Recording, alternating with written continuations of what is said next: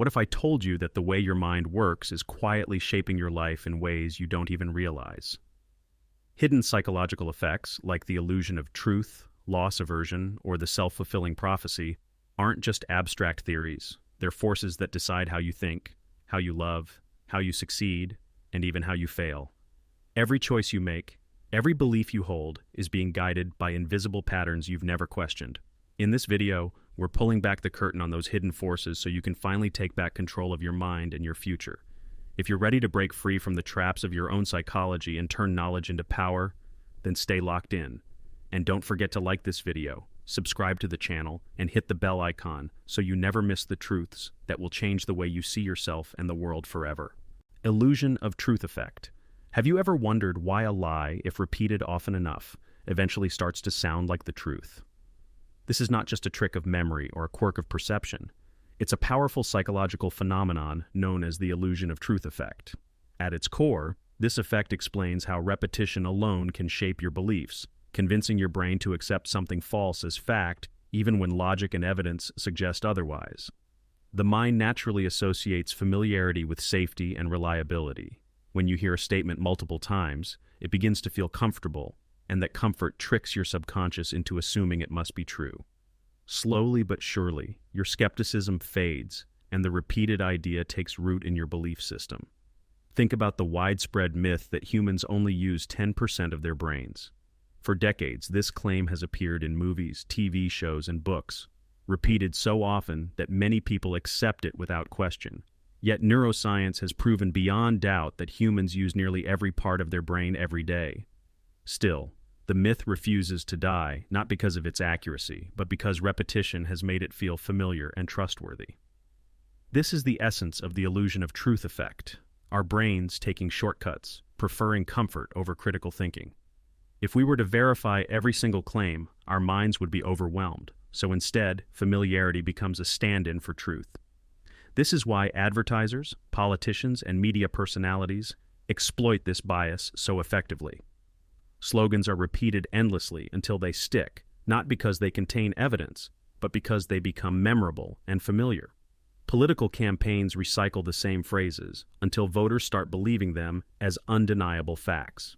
Even in daily life, repetition shapes how you perceive people, products, and even yourself. The more you hear self-reference effect.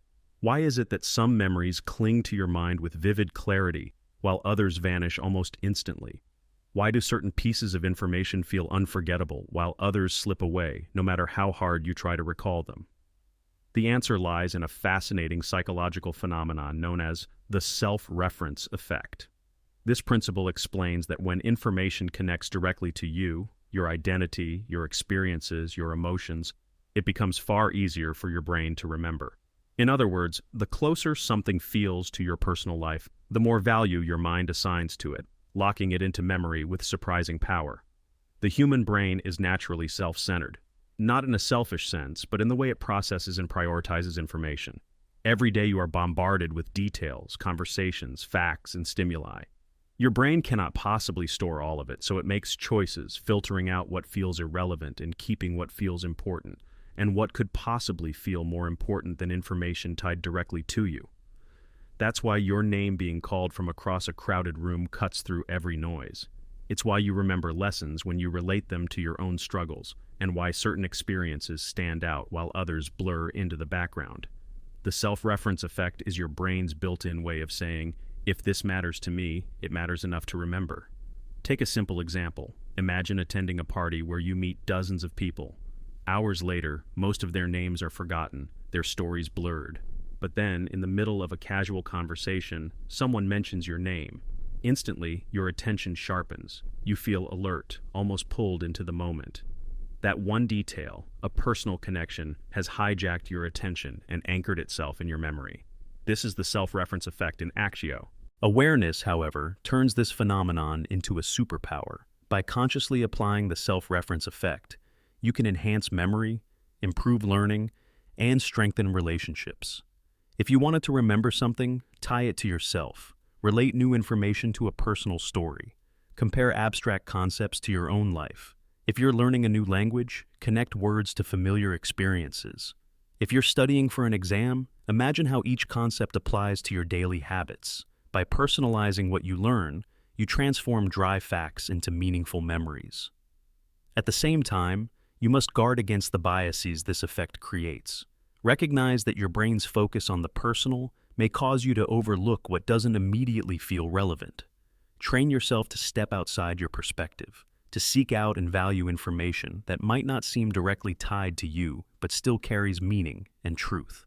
That balance between using the self-reference effect to your advantage and resisting its blind spots gives you control.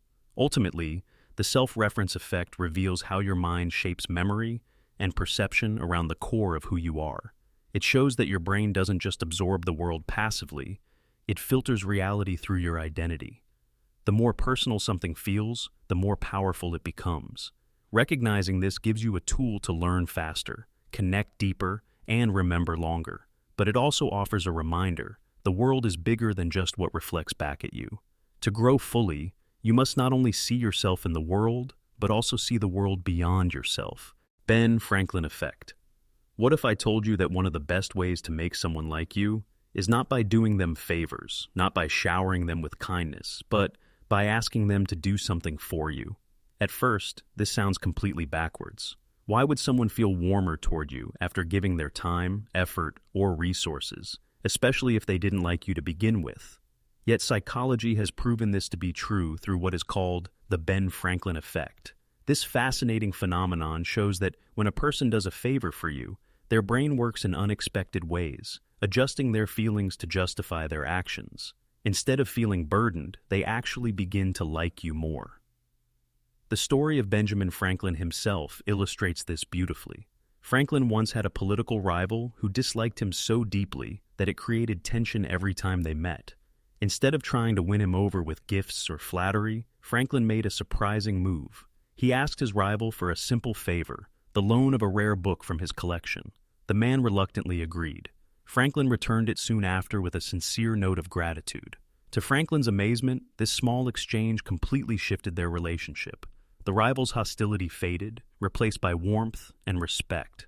Over time, the two became friends. Franklin realized something profound. By asking a man who disliked him to do him a favor, he triggered a powerful psychological shift. The man had to reconcile his actions with his feelings. If I helped Franklin, his subconscious reasoned, then maybe he isn't so bad after all. Why does this work? The explanation lies in a concept known as cognitive dissonance. Human beings feel uncomfortable when their actions and beliefs don't align. If someone does a favor for a person they dislike, it creates an inner conflict. I don't like this person, but I just helped the missus. To resolve this tension, the brain changes the feeling to match the action. Instead of admitting contradiction, the mind softens its negative view, shifting dislike into acceptance, and sometimes even into affection. In other words, people don't just justify their beliefs through actions, they justify their actions through beliefs. Think about how this plays out in everyday life. Imagine starting a new job where one coworker seems distant and unfriendly. Instead of trying endlessly to impress them, you ask for their help with something small, maybe advice on handling a task or borrowing a resource. They agree, and afterward, their attitude toward you starts to shift. Without realizing it, they have begun to view you more positively because they took action on your behalf. Their brain concludes, I helped this person, therefore I must like them. The bond strengthens, not because you gave, but because you received.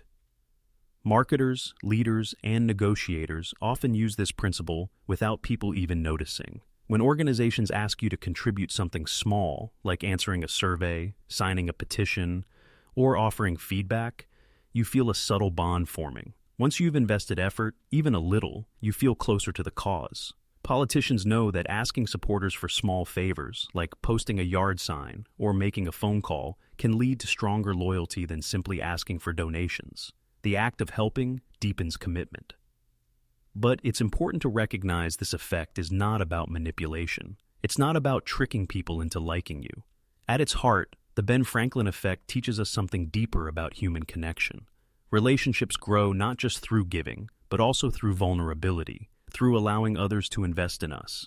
When you let someone help you, you give them an opportunity to feel valued, useful, and important in your life. That experience bonds them to you in ways gifts or flattery cannot.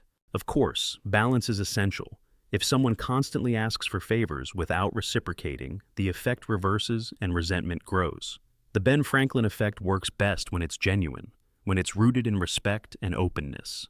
A small, meaningful favor can be enough to shift perception, to soften barriers, and to build a bridge where hostility once stood. Ultimately, this phenomenon reveals a profound truth about human psychology. Connection is not built only through what we give, but through what we allow ourselves to receive. Sometimes asking for help is not a weakness, but a strength. It invites others closer, dissolves hostility, and transforms strangers into allies. By understanding the Ben Franklin effect, you gain a powerful tool, not just to influence others, but to nurture authentic, lasting relationships based on trust, cooperation, and mutual respect. Prattfall Effect. We live in a world where perfection is idolized. Social media feeds are polished. Public figures strive to appear flawless. And in our daily lives, we often pressure ourselves to hide every mistake. But here's the paradox. What if your imperfections are not weaknesses, but the very reason people feel connected to you? This idea is at the heart of a fascinating psychological phenomenon known as the Prattfall Effect. It shows us that when competent people reveal small flaws or make minor mistakes, they actually become more likable, relatable, and human. Rather than damaging their reputation, their vulnerability draws others closer. The name comes from the word pratfall, meaning a clumsy or embarrassing mistake. At first, it seems logical to assume that errors harm credibility. But studies reveal the opposite. When someone who is clearly skilled and competent makes a small stumble, it makes them more approachable. Why? Because perfection often feels intimidating. When someone appears too flawless, we see them as distant, untouchable, even inhuman. But the moment they reveal a crack in their polished image, we feel relief. We see ourselves in them. Their vulnerability bridges the gap between admiration and connection. Imagine sitting in an audience listening to a highly respected speaker. Their delivery is polished, their knowledge undeniable, yet you feel a wall between you and them.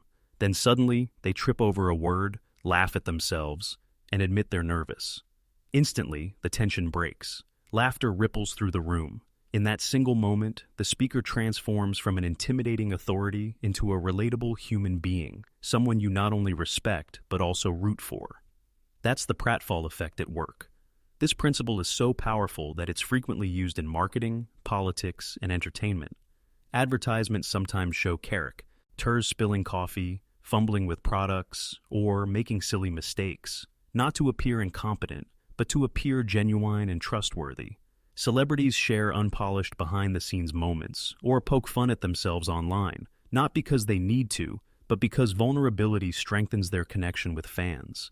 Even politicians often reveal humble beginnings, embarrassing stories, or personal flaws to remind voters that they are not distant elites, but ordinary humans who happen to hold power.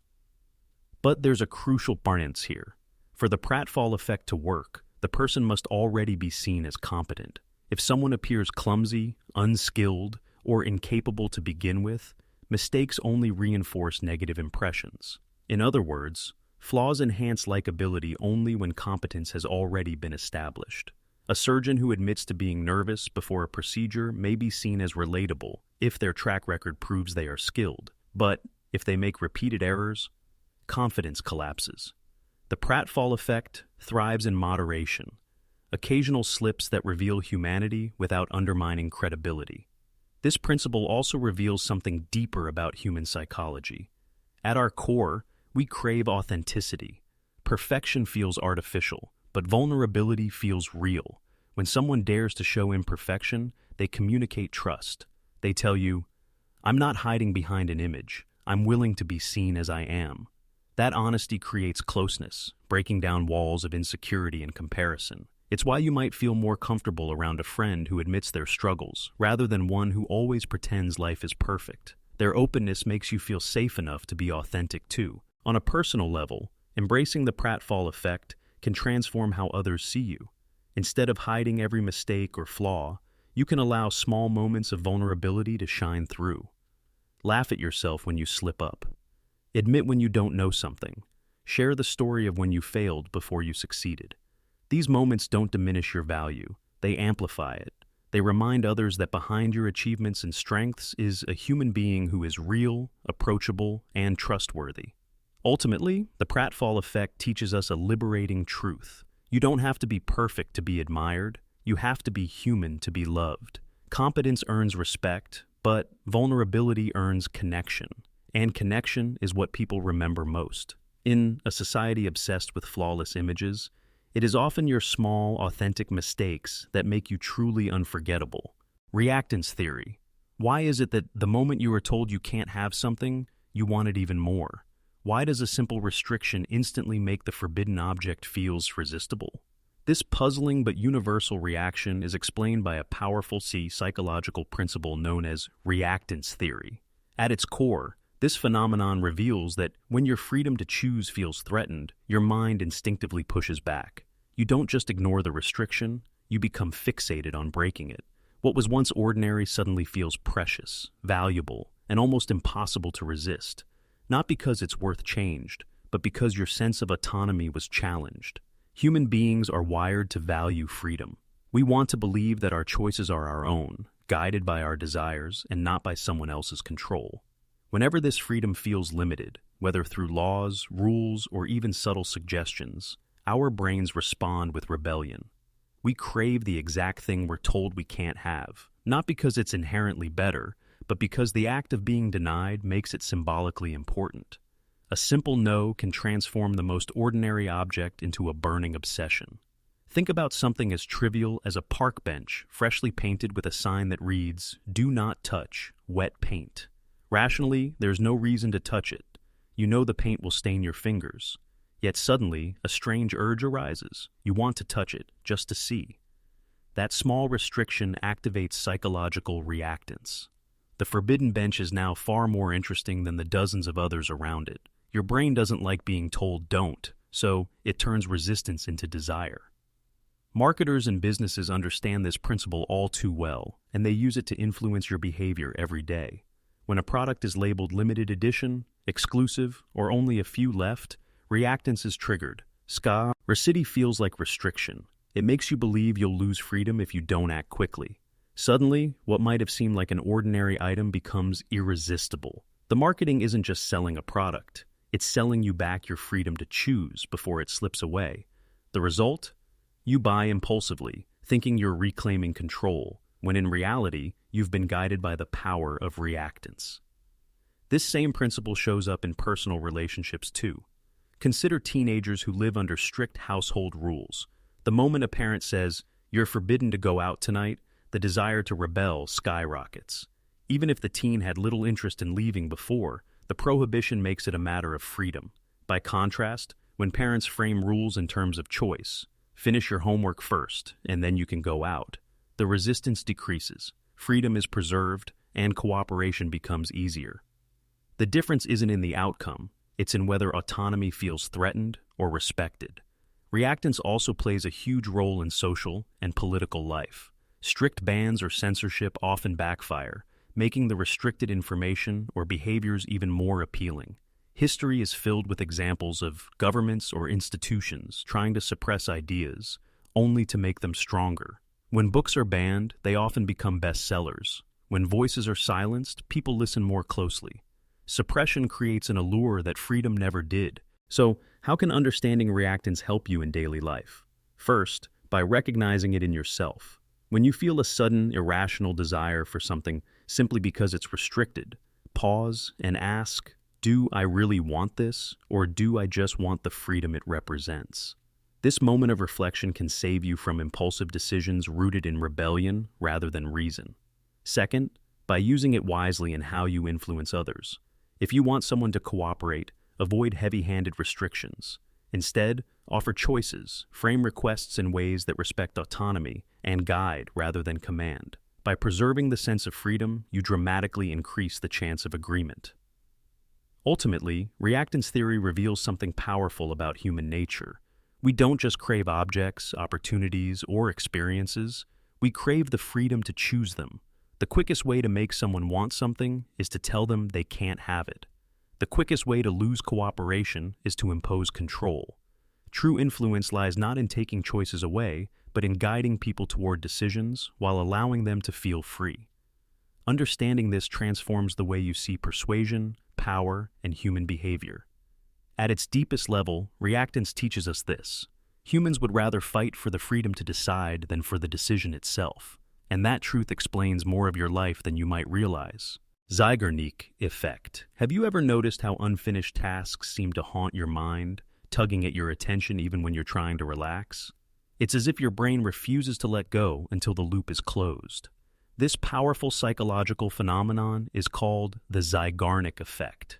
It explains why incomplete tasks are remembered more vividly than completed ones, and why your thoughts often drift back to the things you haven't finished rather than the ones you have. It's your brain's way of keeping you alert, constantly nudging you toward closure. The origins of this effect go back to the 1920s, when psychologist Bluma Zeigarnik made a simple yet profound observation. While sitting in a cafe, she noticed that waiters could easily remember multiple open orders with remarkable accuracy. Yet once the meals were delivered and the bills paid, the details vanished from memory almost instantly. Intrigued, she investigated further, conducting experiments that revealed a universal truth. Our brains hold on tightly to incomplete tasks, treating them as unfinished business that demands attention. Think about your own life. Maybe you start writing an email but don't finish it. Hours later, while doing something unrelated, your mind suddenly reminds you, you still need to send that message. Or perhaps you begin a project, leave it halfway done, and then find it difficult to focus on anything else because the unfinished task lingers in the back of your mind. Completed tasks rarely stick the same way. Once something is finished, your brain feels closure, releases it, and makes room for new information. But unfinished loops remain active, buzzing like background noise until you resolve them. This effect shows up everywhere, from the entertainment you consume to the habits you form. Television shows masterfully use cliffhangers, ending episodes with unresolved tension. Your mind, despi, rate for closure, urges you to tune in to the next episode. That's why binge-watching feels so natural. Your brain hates being left in suspense. Marketers exploit the same principle, teasing you with incomplete information and ads that force you to click, subscribe, or purchase to close the loop. Even on social media, notifications act like little open tasks. The unread message, the unanswered comment, the unfinished scroll, all pull your attention back again and again. But the Zeigarnik Effect is not just about distraction. It can be used as a powerful tool for productivity. Starting a task, even in a very small way, creates a psychological drive to finish it. This is why beginning is often the hardest part of overcoming procrastination. If you just write the first sentence of a report, or take the first step of a project, your brain begins working in the background, urging you to complete it. That tension between open and closed loops fuels motivation. Simply starting activates momentum. At the same time, the Zeigarnik Effect has a darker side. When you leave too many tasks unfinished, your brain fills with open loops, creating mental clutter.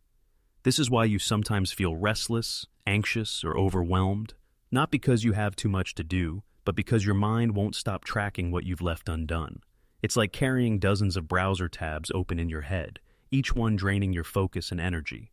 Over time, this constant mental noise can lead to stress, burnout, and frustration. Managing this effect requires conscious effort. One way is to write down your unfinished tasks.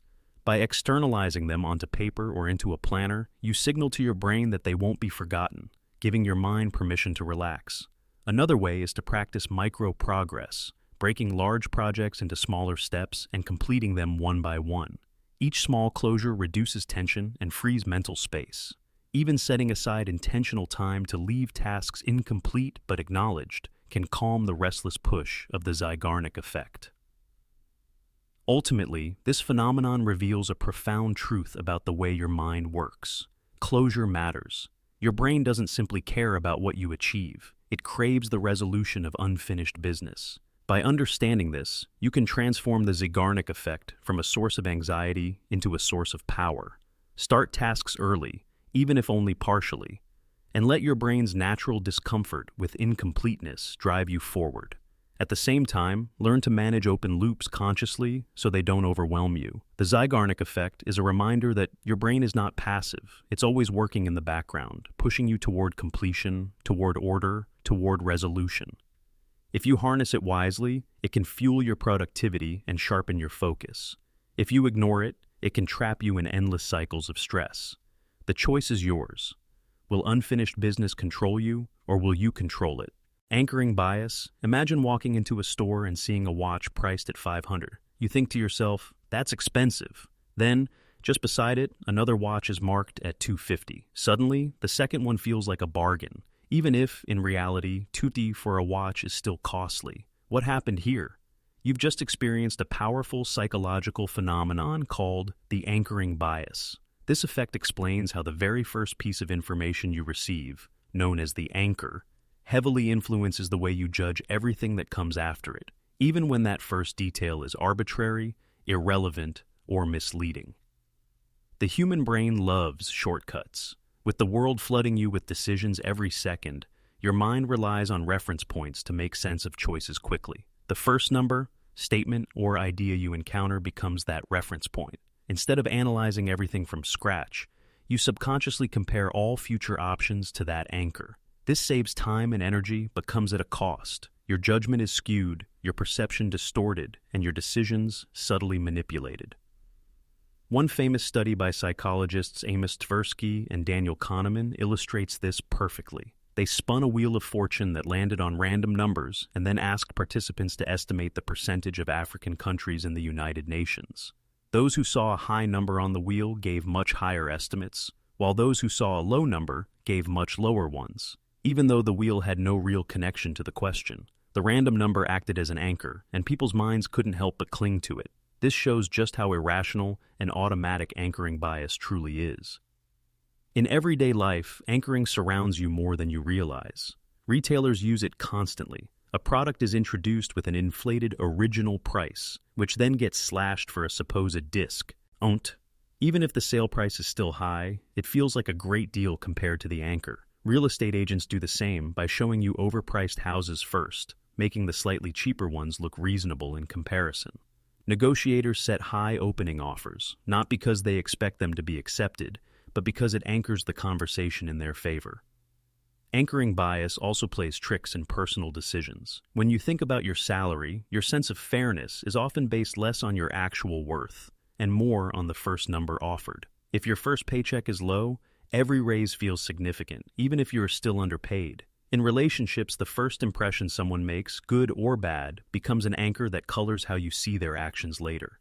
Even in your self-image, the first labels people gave you, smart, lazy, shy, talented, may still serve as anchors shaping your identity long after they should have been questioned. The danger of anchoring bias lies in how invisible it is. Most people don't notice when their minds are being pulled by an anchor. They feel their decisions are rational, when in reality, their thoughts are tethered to arbitrary reference points. And this bias doesn't only affect individuals, it shapes entire societies. For instance, when news headlines broadcast a single shocking number, public opinion anchors itself to it, even if later evidence contradicts it. People cling to the first piece of information because it feels foundational, even when it's not. But here's the good news. Awareness of anchoring bias can protect you. The moment you realize that your first reference point may be arbitrary, you reclaim the power to think critically. Before accepting a price as reasonable, compare it across multiple sources. Before letting a first impression define someone, give yourself time to gather more experiences.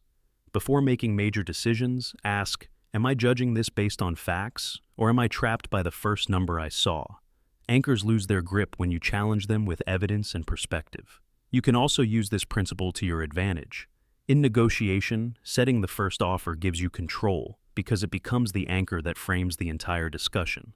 In communication, presenting strong initial points makes your argument harder to dismiss, since the other side will compare everything to that opening. And in self-development, you can consciously set your own anchors, choosing the first standards and beliefs you measure yourself against, rather than letting the world impose them on you. Ultimately, anchoring bias reveals just how fragile human decision-making really is. Our minds cling to the first thing we see or hear, and that anchor shapes everything else. But the anchor is not reality, it's just the starting point. If you become aware of this invisible influence, you free yourself from false bargains, manipulative tactics, and distorted thinking.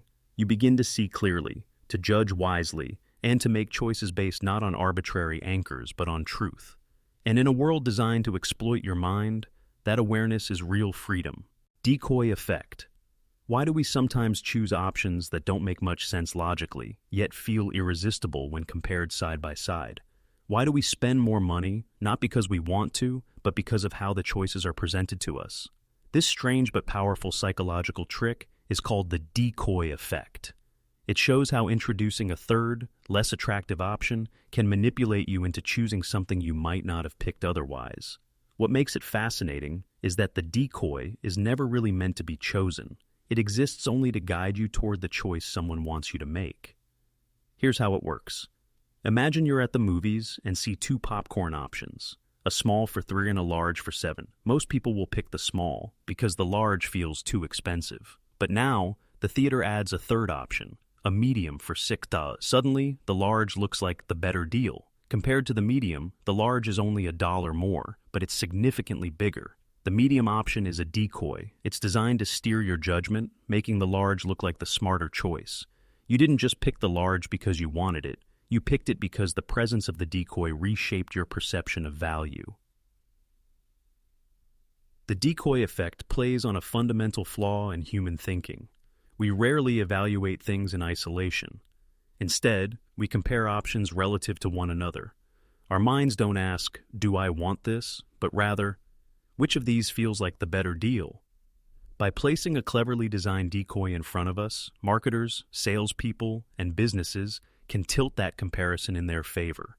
It's not about what you want, it's about how your brain perceives the available options. This principle is used everywhere. Subscription services often display 3 plans: basic, standard, and premium. The standard plan may be priced suspiciously close to the premium one, making the premium look far more attractive. Restaurants place overpriced dishes on their menus, not because they expect you to order them, but because they make the mid-range options seem like bargains. Even tech companies release products with deliberately weaker models alongside stronger ones so that the mid-high tier feels just right. The decoy shifts your frame of reference, nudging you exactly where they want you to land. But the decoy effect isn't limited to money or shopping. It influences everyday decisions in relationships, careers, and even politics. For example, when choosing between 2 candidates, introducing a third who is weaker but similar to one of them makes the stronger version of that candidate look better by comparison. In relationships, someone who is slightly less attractive or charismatic than another person in the same group can make the other appear more appealing. Our judgments are relative, not absolute, and the decoy shapes those comparisons without us realizing it. The danger of the decoy effect is that it takes away the illusion of free choice. You feel like you're deciding rationally, but in truth, your decision was framed before you even made it. And because this effect works at a subconscious level, most people never notice how often they're being guided by it. Over time, it can lead to overspending, regret, or settling for things that don't truly serve you, simply because the way the options were structured pushed you toward them. But knowledge of the decoy effect turns manipulation into power. The moment you recognize it, you regain control. When presented with multiple options, ask yourself, would I still want this if the other option wasn't here?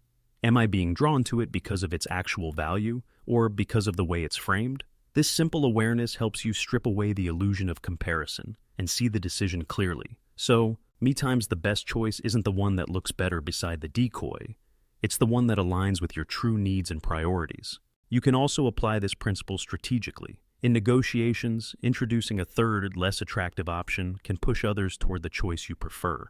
In presentations, adding a weaker example can make your main argument shine brighter. Even in personal life, framing your strengths against weaker comparisons can highlight your value. Used ethically, the decoy effect can be a tool to guide people toward clarity. Used manipulatively, it becomes a trap. Ultimately, the decoy effect reveals a powerful truth about human decision-making. We are not as rational as we believe. We like to think we weigh options carefully, but most of the time, our judgments are shaped by comparisons, frames, and illusions. By understanding this effect, You protect yourself from invisible manipulation, reclaim your freedom to choose, and learn to see through the tricks designed to sway you. Because in the end, the smartest choice is not the one that looks best next to a decoy. It's the one that truly serves you when all illusions are stripped away. IKEA Effect. Why is it that the furniture you struggle to assemble feels more valuable than the one you buy pre-assembled? Why does food taste better when you've cooked it yourself, even if it's not restaurant quality? And why do personal projects, no matter how imperfect, feel priceless in your eyes? This is the fascinating force of the IKEA effect, a psychological phenomenon showing that people place disproportionately high value on things they help create. The harder you work for something, the more it feels like it belongs to you, and the more attached you become to it. The term comes from the global furniture giant IKEA, famous for its flat-pack furniture that requires customers to assemble pieces themselves. At first glance, this seems inconvenient. Why would anyone prefer the hassle of spending hours with instructions, screws, and wooden panels when they could just buy ready-made furniture? Yet research shows that people end up valuing their self-assembled IKEA furniture more highly than similar pre-assembled items. The effort, the sweat, and even the frustration become part of the attachment. In other words, we don't just love what we buy, we love what we build. This principle connects deeply with human psychology. Effort creates ownership. When you invest your energy into something, it becomes a reflection of you. Your time, skill, and even mistakes become woven into the final product. Because of this, you see it as more valuable, regardless of its objective quality. Think of a child proudly showing their drawing to their parents.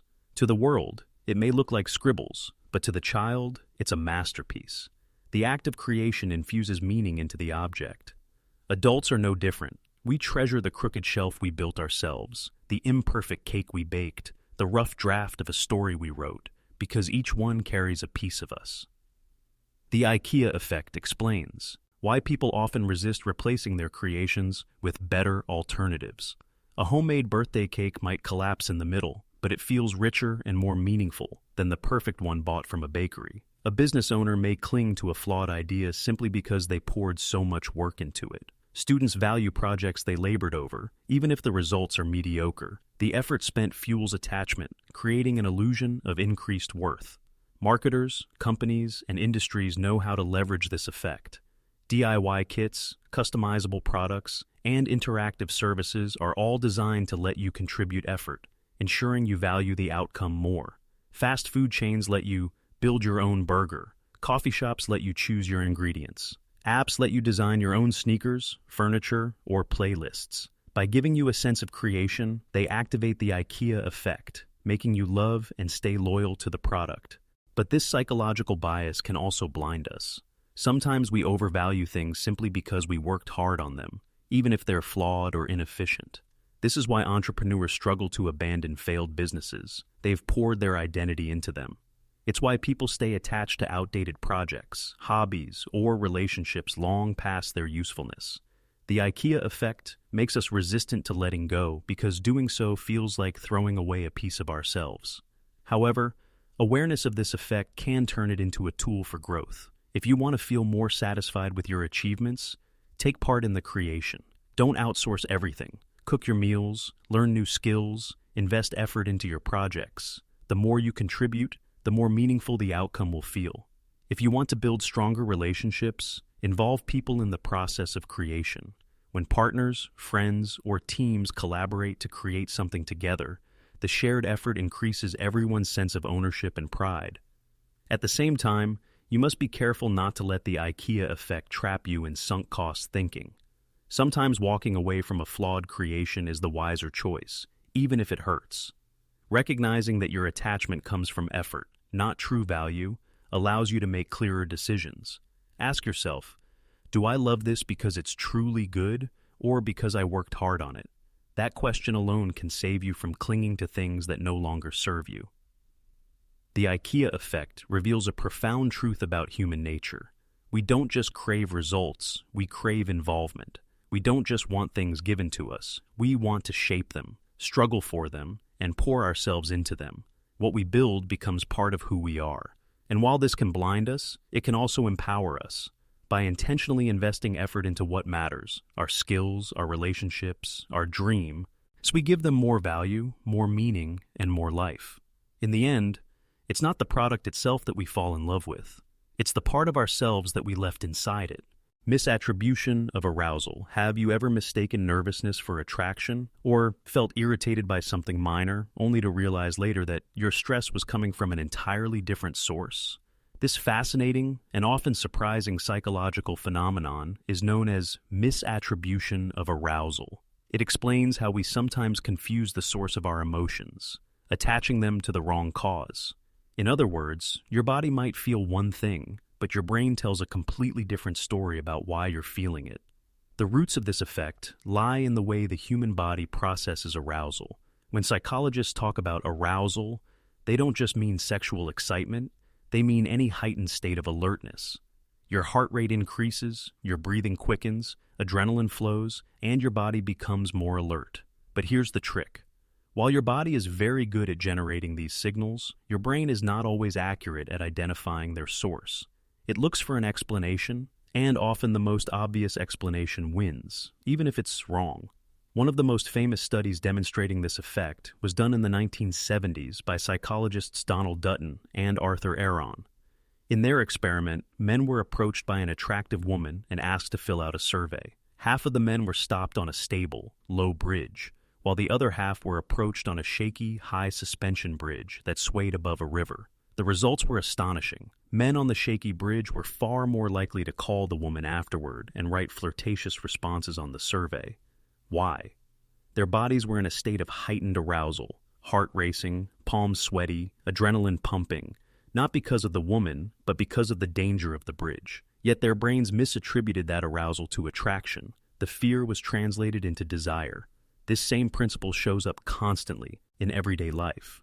Have you ever argued with someone when you were hungry or tired, only to realize afterward that the intensity of your anger wasn't really about them? That's misattribution of arousal.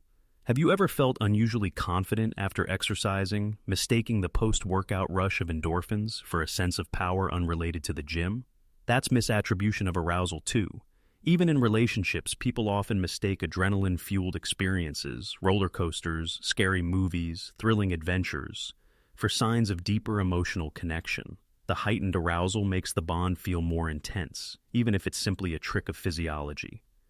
Marketers and entertainers use this effect deliberately. Horror movies combine fear and arousal to intensify emotional connection between viewers. That's why couples often feel closer after watching something scary together. Advertisers place products in thrilling, fast-paced contexts. Cars racing down highways, athletes sweating under pressure, so your body's arousal is linked subconsciously to the product itself. The misattribution makes you feel that the excitement belongs to the object being sold, when in reality, it came from the environment. But while the misattribution of arousal can be playful and even useful, it can also lead to serious misunderstandings. People may mistake lust for love, stress for anger, or fear for dislike. Decisions made under heightened arousal, like impulsively buying something, lashing out in conflict, or falling too quickly into relationships, often backfire once the physiological rush fades. The danger is not just in the feeling itself, but in how we explain it to ourselves.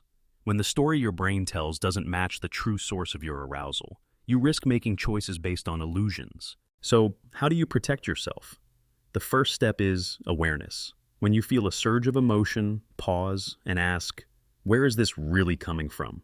Is my body reacting to this situation, or is there another hidden factor, like stress, fatigue, fear, or excitement, that's amplifying it? This moment of reflection allows you to separate the arousal from its misattributed cause.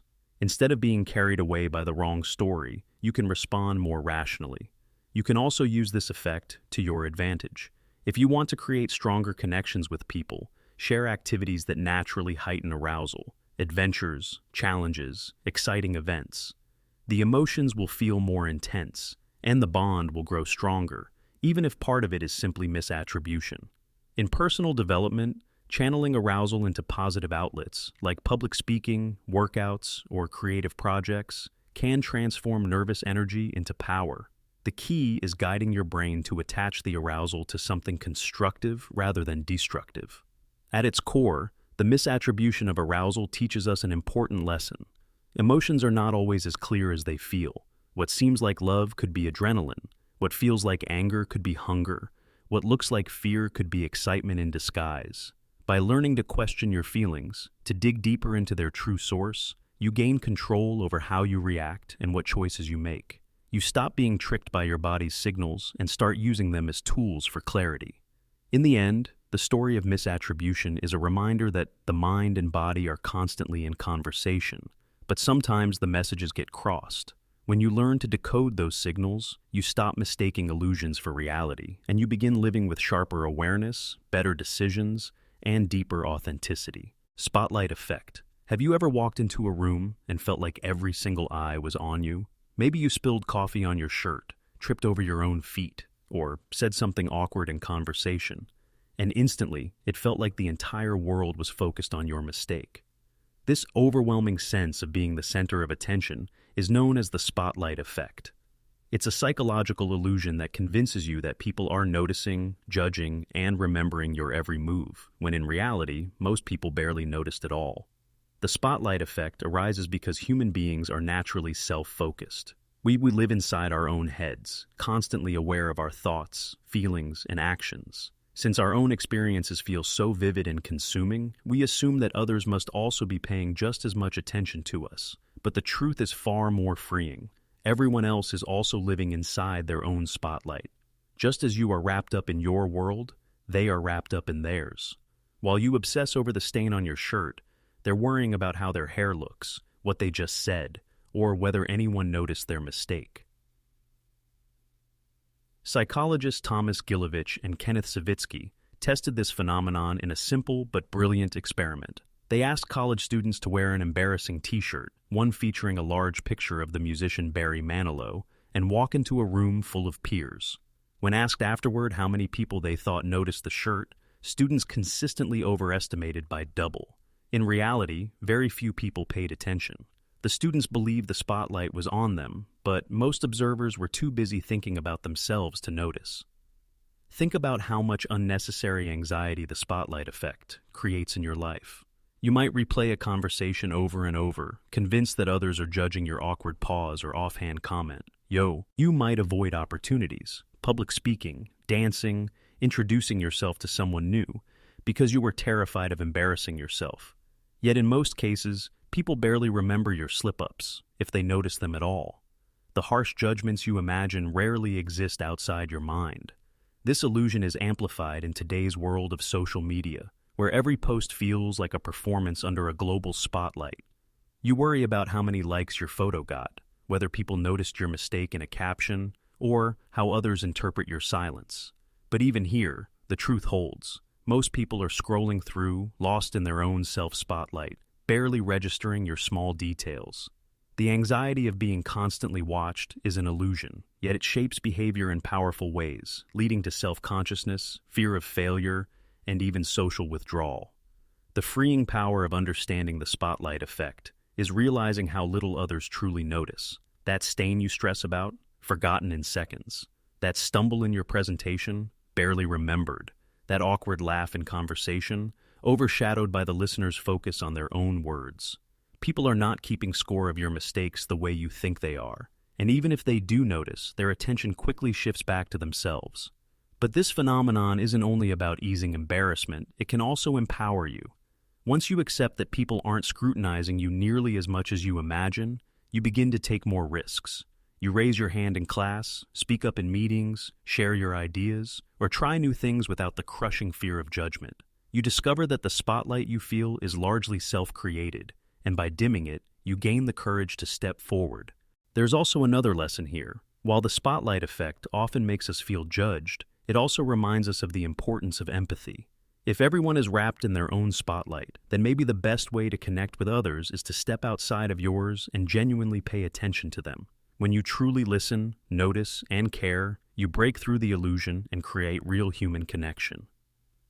Ultimately, the spotlight effect teaches us a liberating truth. The world is not watching you nearly as closely as you think. The mistakes you fear are magnified only in your mind. Others are too busy, too distracted, or too concerned with their own lives to keep track of yours. And once you embrace this, you stop letting fear of judgment control you. You realize that freedom lies not in perfection, but in authenticity, in living boldly, making mistakes, and knowing that the spotlight was never as bright as you imagined. Bystander Effect. Imagine walking down a busy street when suddenly someone collapses on the sidewalk. People gather, dozens of eyes watch, yet strangely, no one rushes forward to help. You feel frozen, waiting for someone else to act. This chilling hesitation is explained by a powerful psychological principle known as the bystander effect. It reveals that the more people present in a situation, the less likely any single individual is to step up and take responsibility. In crowds, responsibility doesn't increase. It diffuses, leaving everyone waiting and no one acting. The term was popularized after the tragic 1964 murder of Kitty Genovese in New York City. Initial reports claimed that dozens of people witnessed or heard the attack, yet very few intervened or even called the police. While later accounts clarified the details, the case highlighted a haunting truth about human behavior. In moments of crisis, when help is needed most, the presence of many witnesses can paralyze action. People assume someone else will step forward. The responsibility is shared so widely that it evaporates. Psychologists John Darley and Bib Latané studied this phenomenon in a series of groundbreaking experiments. In one, participants were placed in rooms and told to communicate with others through intercoms. When an actor pretended to have a seizure, the reaction varied depending on how many bystanders participants thought were listening. When people believed they were the only witness, nearly all rushed to help. But when they thought others were also listening, their likelihood of acting dropped dramatically. Responsibility became diluted, and hesitation took over. This effect doesn't just happen in emergencies, it seeps into everyday life. You see someone struggling with heavy bags on the train, but you don't move because others are closer. A coworker is being treated unfairly in a meeting, but you stay silent, assuming someone else will speak up. Even online, when a harmful comment is made, many people scroll past, thinking someone else will call this out. The larger the group, the weaker the individual's sense of responsibility becomes. But why does the bystander effect happen? First, there's diffusion of responsibility, the belief that with so many others present, the burden to act doesn't fall on you. Second, there's social influence. We look to others to gauge what's appropriate. If no one else is moving, we hesitate, assuming maybe it isn't an emergency after all.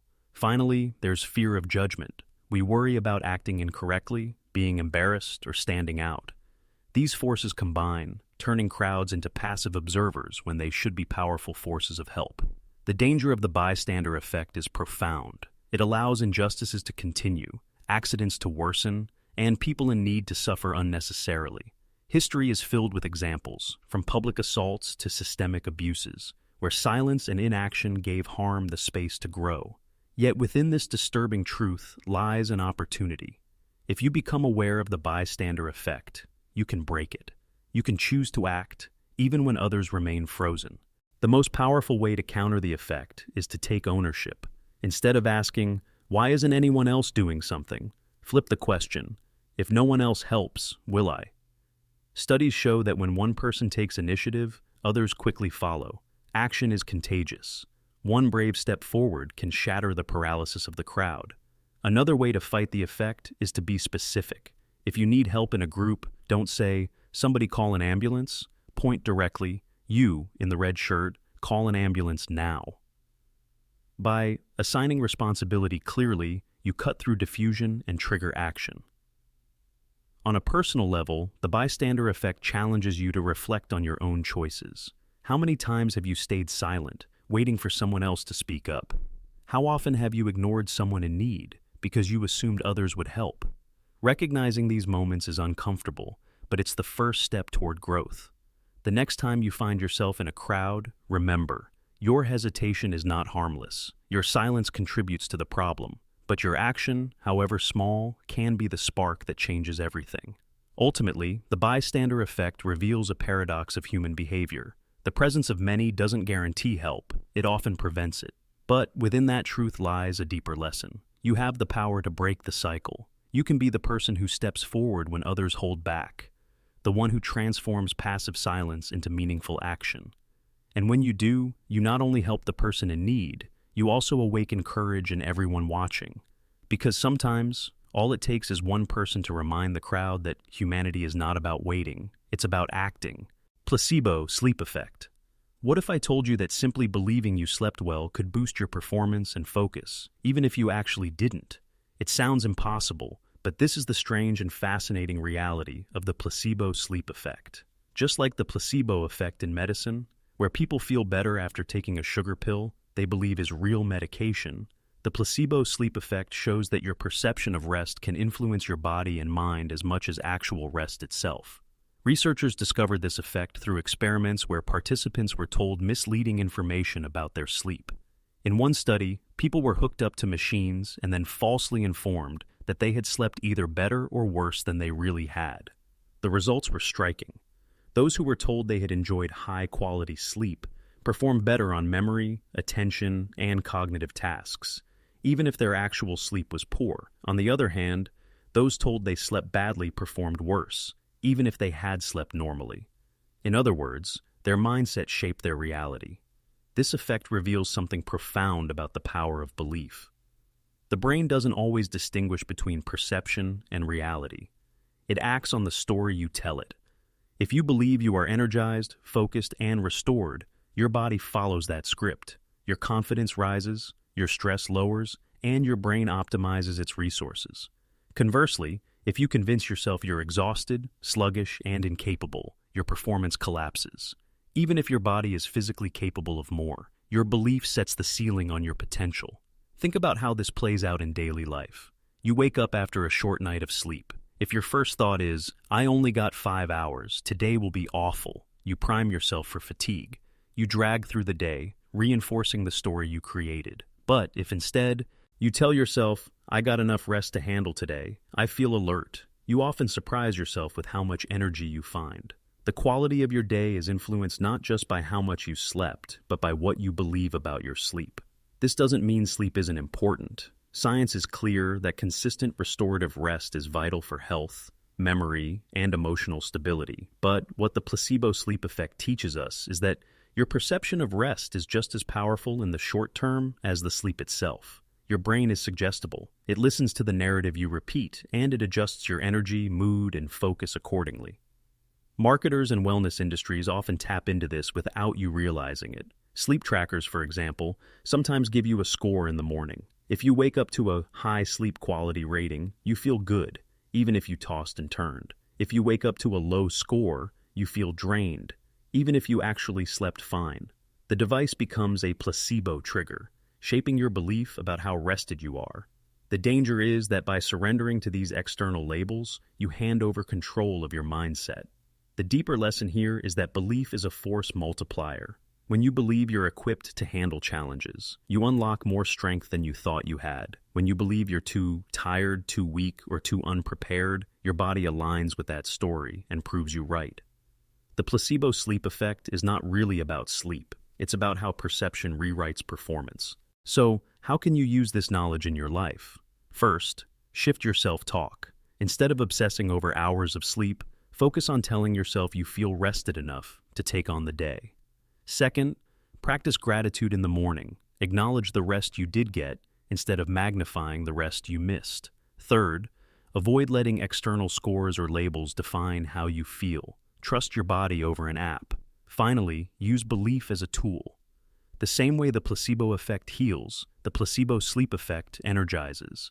By consciously shaping your mindset, you can unlock reserves of energy and clarity that would otherwise remain dormant. At its heart, the placebo sleep effect is a reminder that your mind wields extraordinary power over your body. The line between perception and reality is thinner than you think. If you convince yourself you are capable, energized, and ready, your body often rises to match that expectation. Sleep will always matter, but so does the story you tell yourself about it.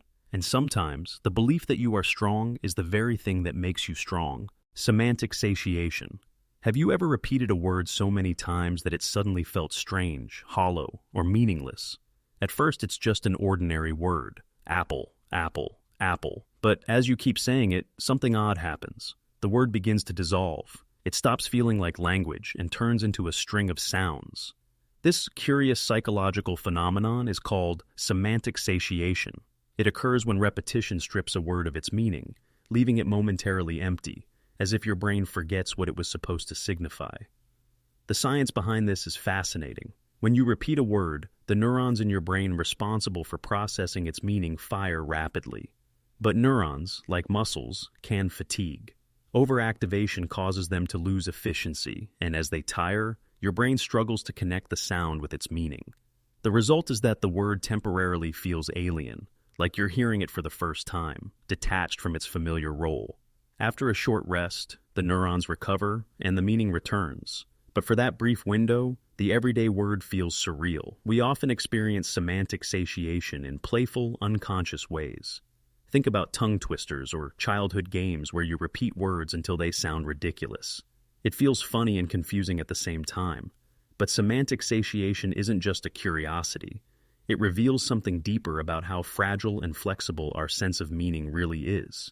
The words we use daily feel solid, but they are, in fact, just symbols our brains constantly reattach to reality. Strip away that attachment through repetition, and the illusion of stability vanishes.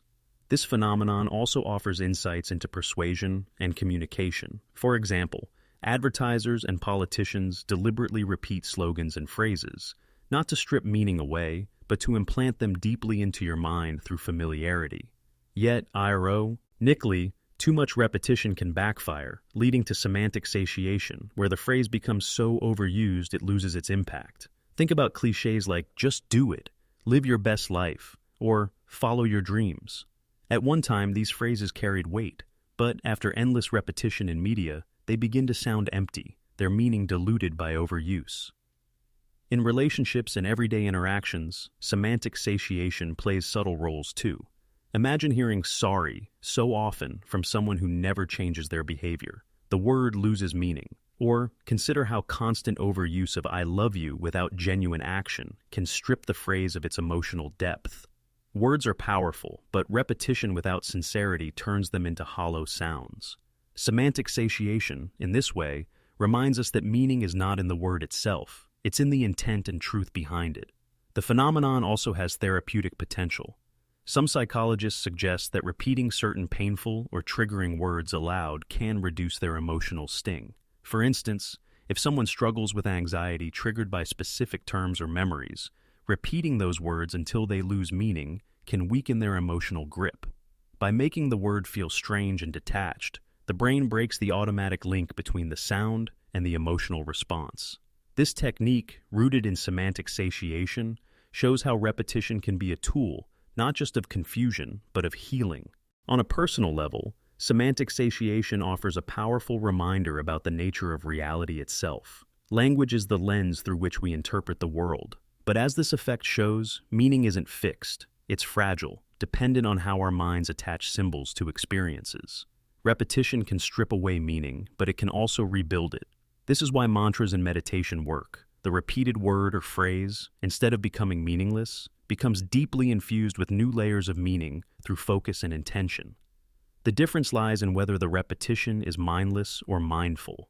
Ultimately, the semantic satiation effect is more than a quirky brain glitch. It's a window into how language, thought, and meaning are intertwined. It teaches us that words are not reality themselves. They are vessels, and their power depends on how we use them.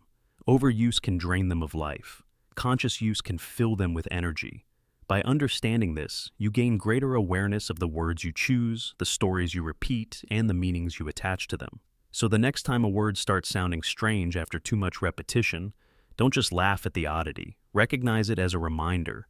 Meaning is not fixed, it's created. Words only matter because we agree they do. And once you understand that, you realize the true power doesn't lie in the word itself. It lies in the human mind that gives it life. Authority bias.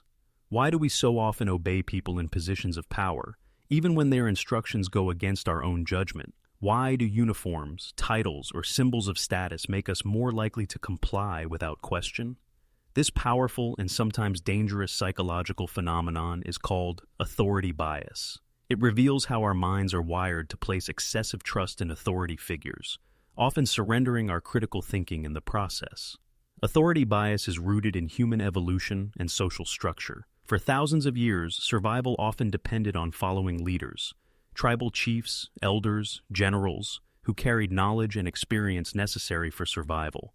Obedience to authority maintained order and protected groups from chaos. But while this instinct once ensured survival, in the modern world it can lead us into blind obedience, where people comply not because it's right, but simply because someone with authority told them to. One of the most famous demonstrations of authority bias came from psychologist Stanley Milgram's shocking experiment in the 1960s. Participants were instructed by a scientist in a lab coat to administer electric shocks to another person, an actor, though the participants didn't know it. Despite hearing screams of pain, most participants continued delivering shocks simply because the authority figure told them to. Their moral compass was overridden by the presence of authority. This experiment revealed something unsettling. Ordinary people, under the influence of authority, can commit extraordinary acts, even harmful ones. This bias doesn't only appear in extreme settings, it shapes daily life. Think about doctors, for example. Patients often accept prescriptions without asking questions, simply because the advice comes from someone in a white coat. In business meetings, employees may silence their doubts if a CEO speaks, assuming that their authority must mean they're correct. In education, students often hesitate to challenge teachers, even when they sense a mistake. The uniform, the title, the reputation, all serve as shortcuts in the brain, signaling trust and compliance without deeper thought. Authority bias is also heavily exploited in marketing and media. Advertisers use celebrities, experts, and influencers to endorse products, knowing that people are more likely to buy when a trusted or admired figure promotes it. Even when the authority has no real expertise in the product, like an athlete endorsing a luxury watch or a movie star promoting skincare, the effect works. The authority of fame or expertise in one area bleeds into trust in another. Without realizing it, people place weight on opinions that have little logical basis. The danger of authority bias lies in how easily it can be manipulated. History offers painful reminders: dictators who rallied nations into destructive wars, cult leaders who convinced followers to abandon reason, and corporate figures whose commands led to corruption and harm. In each case, authority provided a shield that silenced doubt and discouraged resistance. People trusted the figure rather than questioning the facts. Authority can inspire greatness, but it can also enable destruction. So how do we protect ourselves from this bias? The first step is awareness. Recognize when you are deferring to authority without analysis. Ask yourself, do I agree with this because it makes sense, or just because of who is saying it? Separate the message from the messenger. Authority can guide you, but it should never replace your own critical thinking. Second, cultivate the courage to question. Even experts make mistakes, and even leaders can be wrong. By respectfully challenging authority, you preserve your independence and protect yourself from blind obedience. At the same time, authority bias can be used positively. In education, a respected teacher's guidance can motivate students to learn. In medicine, patients often feel reassured by a doctor's confidence, which can improve outcomes. In leadership, authority used with integrity can inspire trust and unite people toward meaningful goals. The key is to recognize that authority amplifies influence, but the value of that influence depends entirely on the integrity of the person behind it. Ultimately, authority bias teaches us that respect for authority is natural, but blind obedience is dangerous. Titles, uniforms, and positions of power do not guarantee truth or morality. Real wisdom comes from balancing respect with skepticism, listening with questioning, and following only when logic aligns with leadership. Authority can be a guide, but never let it become your master. The power to think, choose, and question must always remain yours, because history has shown what happens when it doesn't. Door-in-the-face technique. Have you ever been asked for something so outrageous that you immediately said no, only to find yourself agreeing to a smaller request right afterward? That wasn't an accident. It was a carefully crafted psychological tactic known as the door-in-the-face technique. This persuasion method works by starting with a request that is deliberately large, unreasonable, or even impossible. When you naturally reject it, the person immediately follows up with a much smaller request, the one they truly wanted all along. And because the second request feels modest in comparison, you are far more likely to agree. The name comes from the idea of having a door slammed in your face. Imagine a salesperson making a huge demand, getting rejected, but quickly swinging back with a smaller, more reasonable offer. The contrast makes the second request feel not just acceptable, but almost like a favor to you. Your brain thinks, I turned down the first one, I should at least agree to this one. It's a powerful trick because it manipulates your natural sense of fairness, reciprocity, and compromise. Psychologist Robert Cialdini and his colleagues demonstrated this effect in a classic experiment. They asked a group of college students if they would be willing to volunteer 2 hours a week for 2 years as counselors for troubled youth. Predictably, nearly everyone said no. Then, immediately after, they asked if the students would instead be willing to chaperone a single trip to the zoo. This time, compliance skyrocketed. The smaller request, still a commitment, felt reasonable after rejecting something massive. The students weren't tricked by logic. They were swayed by contrast. Think about how often this plays out in real life. A teenager asks their parents for $200, knowing they'll refuse. When the parent says no, the teen quickly lowers the request to $50, which suddenly, feels far more acceptable. Or a friend asks for an entire weekend of your time, then settles for just a few hours. Even in negotiations, a company might start with an inflated price or demand, expecting rejection, only to graciously lower it to what they actually wanted. You walk away feeling like you won, when in reality, you played right into the technique. The door-in-the-face technique works so well because it activates 3 powerful psychological levers. First is contrast. The smaller request looks tiny compared to the larger one. Second is reciprocity. When someone lowers their demand, you feel obligated to meet them halfway.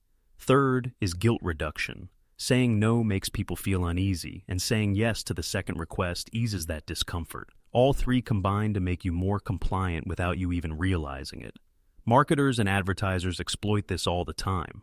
A charity might first ask for a large donation, say $500. When you decline, they quickly shift to asking for just $20. That feels so much easier to agree to, and suddenly you're reaching for your wallet. Salespeople do the same. They might try to sell you the premium package first, expecting rejection, before offering the basic package. Because of the contrast, the basic deal feels fair, even if you didn't intend to spend money at all. But here's the key. The technique only works when the first request is genuine enough to seem possible, even if unlikely. If it's too absurd, you'll see through it and lose trust. The art lies in making the first demand large but still within the realm of plausibility. That way, the second request feels like a natural and generous compromise. The door-in-the-face technique isn't just about manipulation, though. It can be used positively. Counselors, teachers, and leaders sometimes use it to encourage growth. For example, a teacher might suggest a challenging task, then scale it down to something more manageable. The student, relieved, feels capable and motivated rather than resistant. Parents can use it with children, asking for something big before settling on a more reasonable request, teaching responsibility through compromise. On the flip side, being aware of this tactic can protect you from falling into traps. The next time someone lowers their request after rejection, pause and ask yourself, do I actually want this, or does it just feel easier compared to what came before? Awareness breaks the illusion of contrast.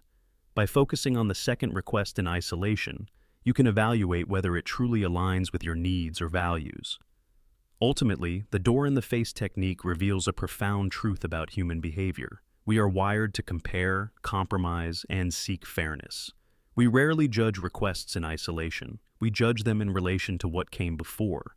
This makes us vulnerable to persuasion, but also capable of growth when the technique is used ethically. By recognizing it, you gain power over your decisions, ensuring that when you say yes, it's because you truly want to, not because a cleverly framed no pushed you there. Sleeper effect. Have you ever dismissed a piece of information at first, only to find yourself believing it days, weeks, or even months later? Maybe you read something from a source you didn't trust, or you heard an idea from someone you didn't respect.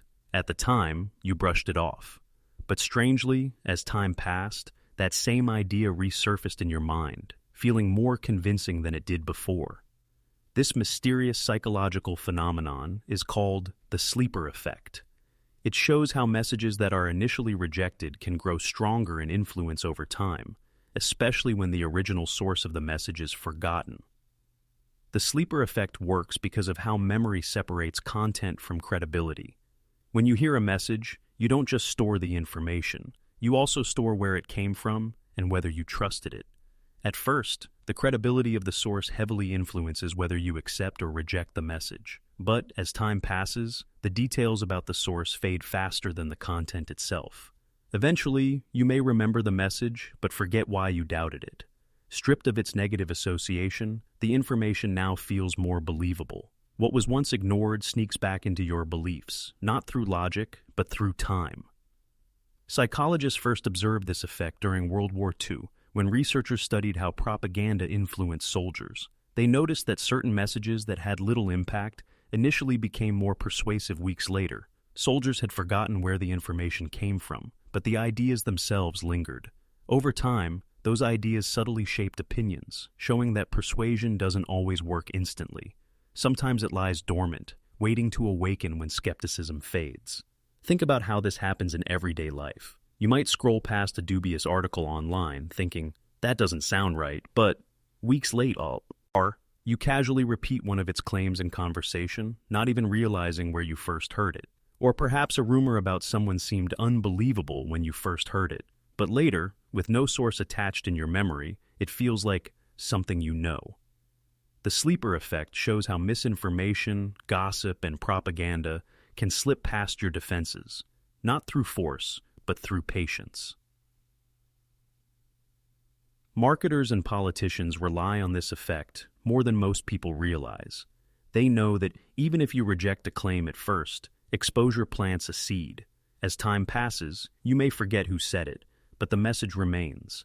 A negative ad about a candidate, for example, may seem unfair or exaggerated when you first watch it, but months later, when voting time comes, the negative association lingers, detached from the ad itself, yet influencing your decision. Repetition strengthens this effect, making falsehoods harder to shake once the source is forgotten.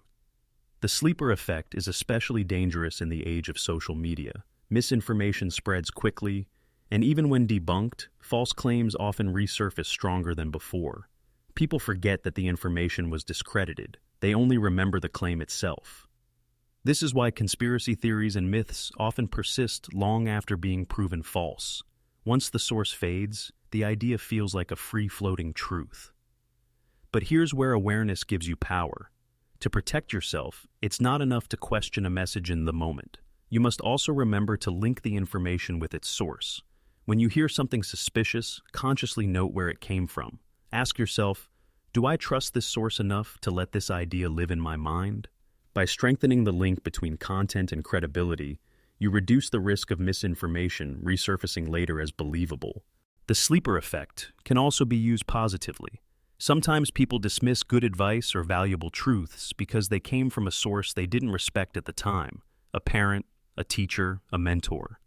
But as years pass, the wisdom of the message may resurface without the weight of past resistance. What once sounded annoying or preachy becomes profound. In this way, the sleeper effect can turn ignored truths into guiding principles later in life. Ultimately, the sleeper effect reveals something humbling about human psychology. We are not only influenced by what we trust, but also by what we forget. Time weakens skepticism faster than it weakens memory of content. That means your beliefs are vulnerable to slow, subtle shifts, shaped not just by what you accept, but by what lingers after doubt fades.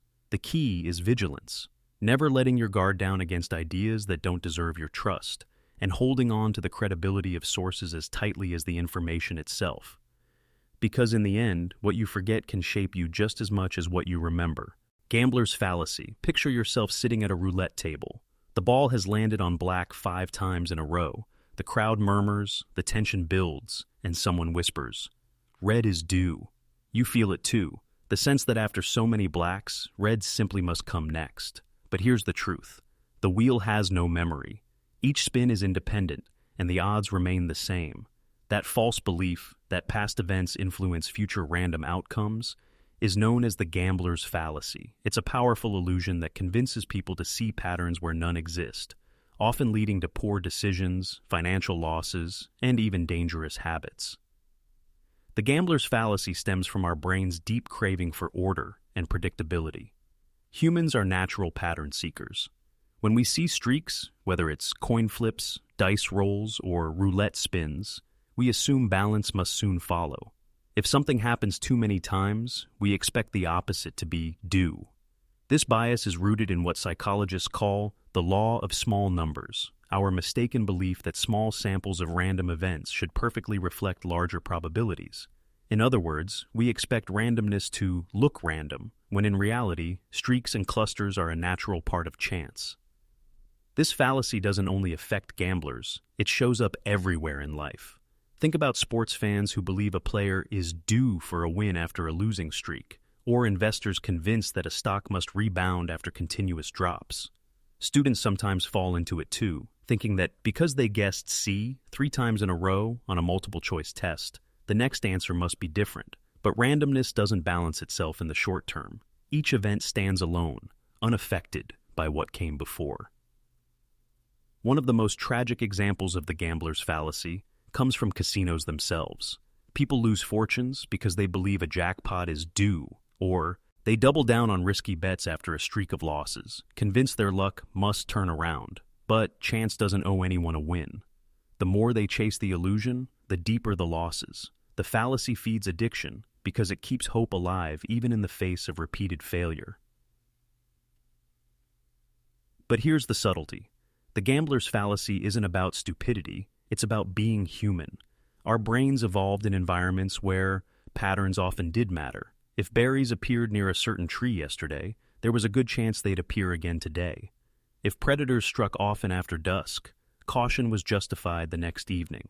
Pattern recognition kept us alive.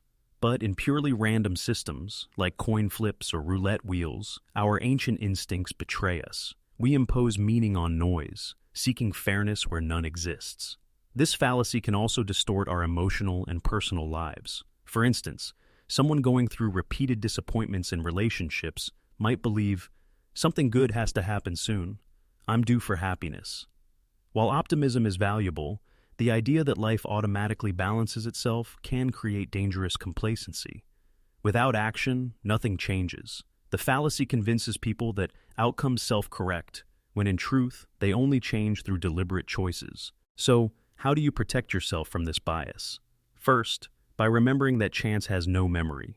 Each spin, roll, or flip is independent. The roulette wheel doesn't know it landed on black 5 times. The coin doesn't remember its streak of heads. Second, when making decisions in life, focus on actual probabilities and evidence rather than illusions of fairness. Don't assume a negative streak guarantees a positive turn. Work toward the change instead of waiting for it. Third, recognize when hope is rooted in logic and when it's rooted in the fallacy. True growth requires effort, not blind faith in balance.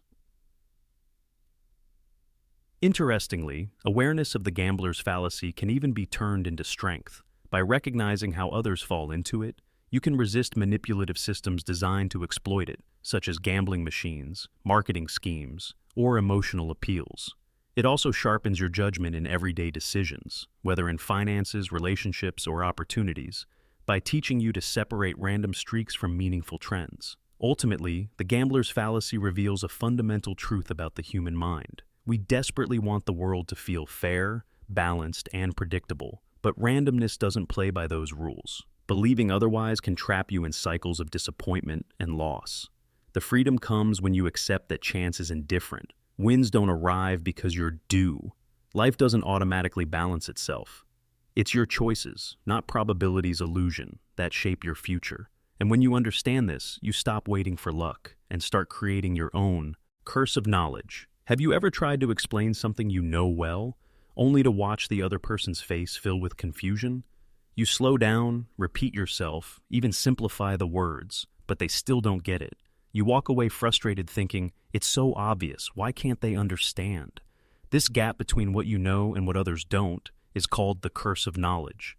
It's the invisible barrier that makes experts terrible teachers, professionals difficult to follow, and communicators less effective than they believe. The curse happens because once you know something, it becomes nearly impossible to imagine what it's like not to know it. Your brain rewires itself around the knowledge, embedding it so deeply that it feels natural, effortless, and obvious. You lose the ability to step back into the shoes of a beginner.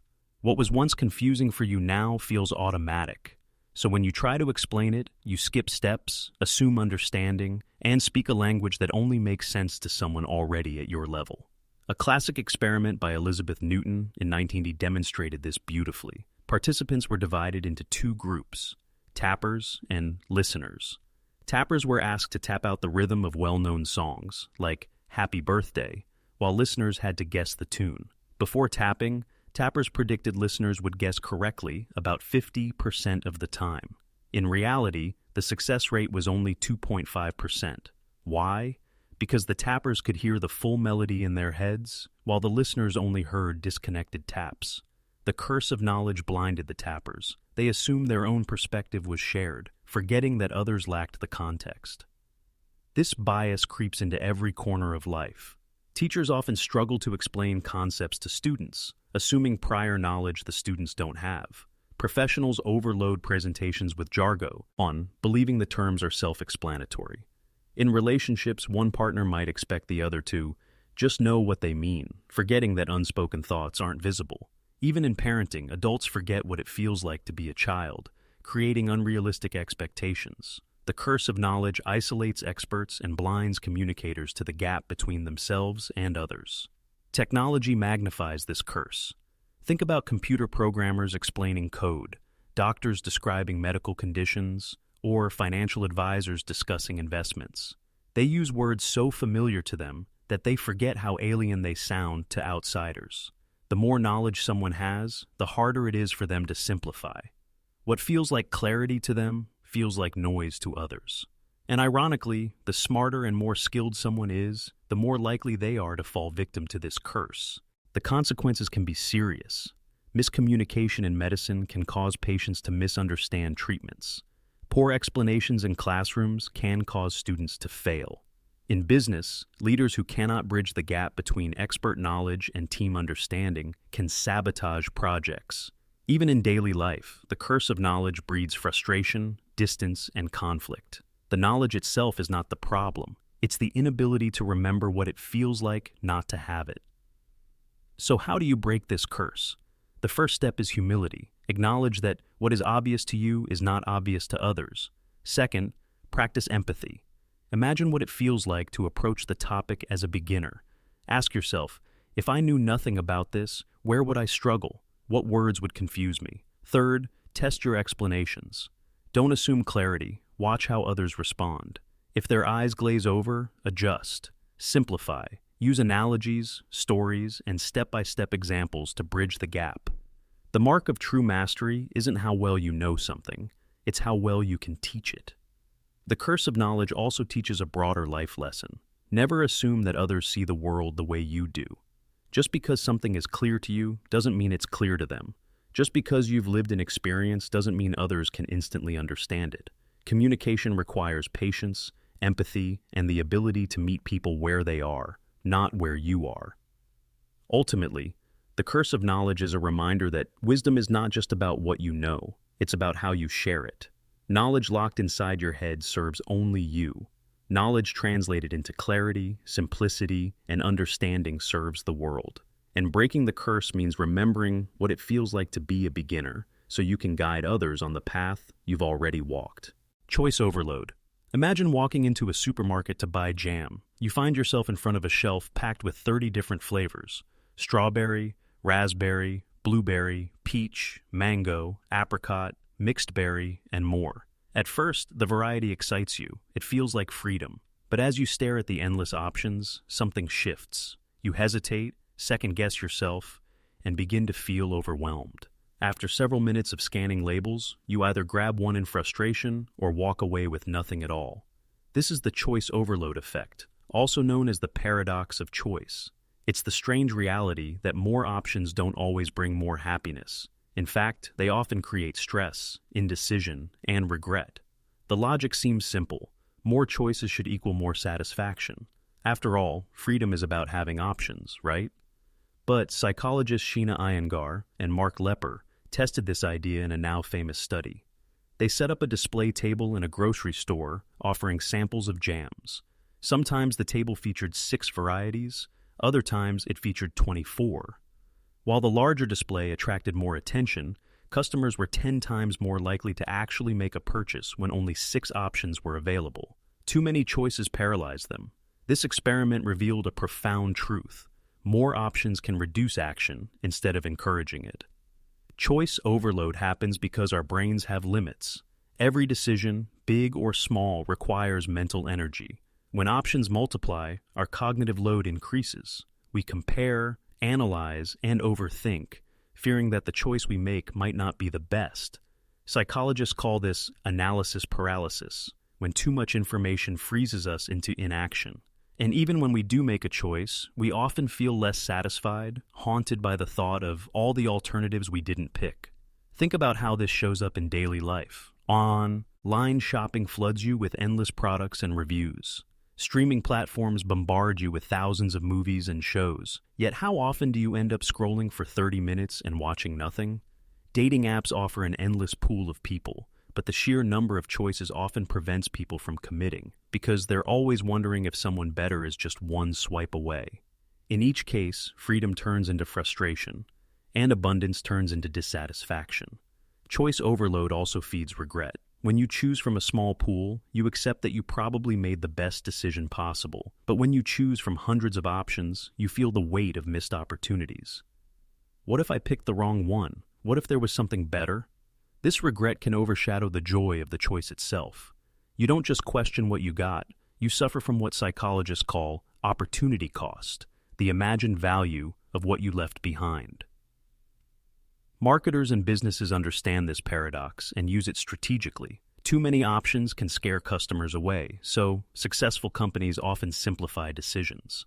Think about Apple's product line. It offers limited versions, not dozens. Fast food restaurants succeed by keeping menus simple. Subscription services thrive because they eliminate daily choices. Netflix auto-recommends, Spotify curates playlists, and meal kit services deliver pre-selected recipes.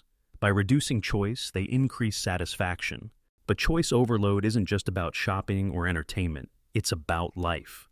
Many people feel paralyzed by the endless choices of careers, lifestyles, or goals. With so many paths available, making a decision feels terrifying. What if you choose the wrong one?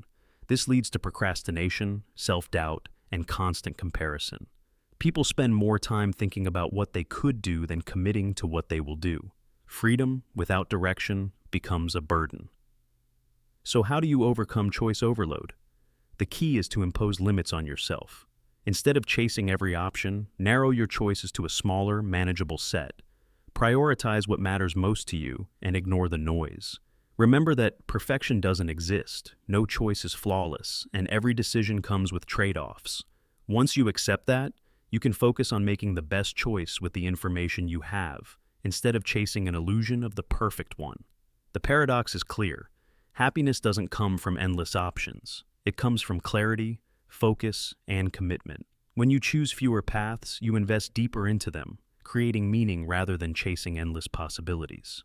The choice overload effect is not just about jam jars or Netflix. It's about understanding that freedom is not about having everything, but about choosing something and living fully within it. Effort justification. Why do we often value something more when it costs us sweat, time, or even pain to obtain? Why does a goal feel more rewarding when the path to it was difficult? This is the essence of effort justification, a psychological phenomenon where people convince themselves that something is worthwhile simply because they worked hard for it. The greater the struggle, the greater the sense of value, even if the actual reward isn't objectively that impressive. The roots of this idea lie in cognitive dissonance, a concept developed by psychologist Leon Festinger. Cognitive dissonance happens when our actions and beliefs clash, creating mental discomfort. Imagine putting in extreme effort for something trivial. It doesn't make sense. To resolve the conflict, your brain rewires the story. If I suffered this much for it, then it must be worth it. This mental trick protects your ego and justifies your choices, making the effort feel meaningful, even if the outcome alone wouldn't have been.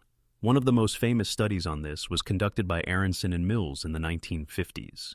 In their experiment, women were invited to join a discussion group about sexuality. To join, they had to undergo an initiation. Some endured a mild test, while others went through a highly embarrassing and difficult one. Later, both groups attended the same dull and unimpressive discussion. The results? Those who went through the harsher initiation rated the group as more valuable. Their minds had reframed the group's worth to justify the suffering they endured. This is effort justification in action. The harder the price, the greater the perceived payoff. We see this everywhere in daily life. Consider hazing rituals in fraternities or initiation rites in secret societies. Members often endure humiliation, exhaustion, or even danger just to join. Why would anyone accept such treatment? Used once inside, the mind justifies the effort, convincing them that the group must be special, worth the pain, worth the cost. This is why organizations use challenging entry barriers. The more you struggle to enter, the more loyalty you'll feel once inside.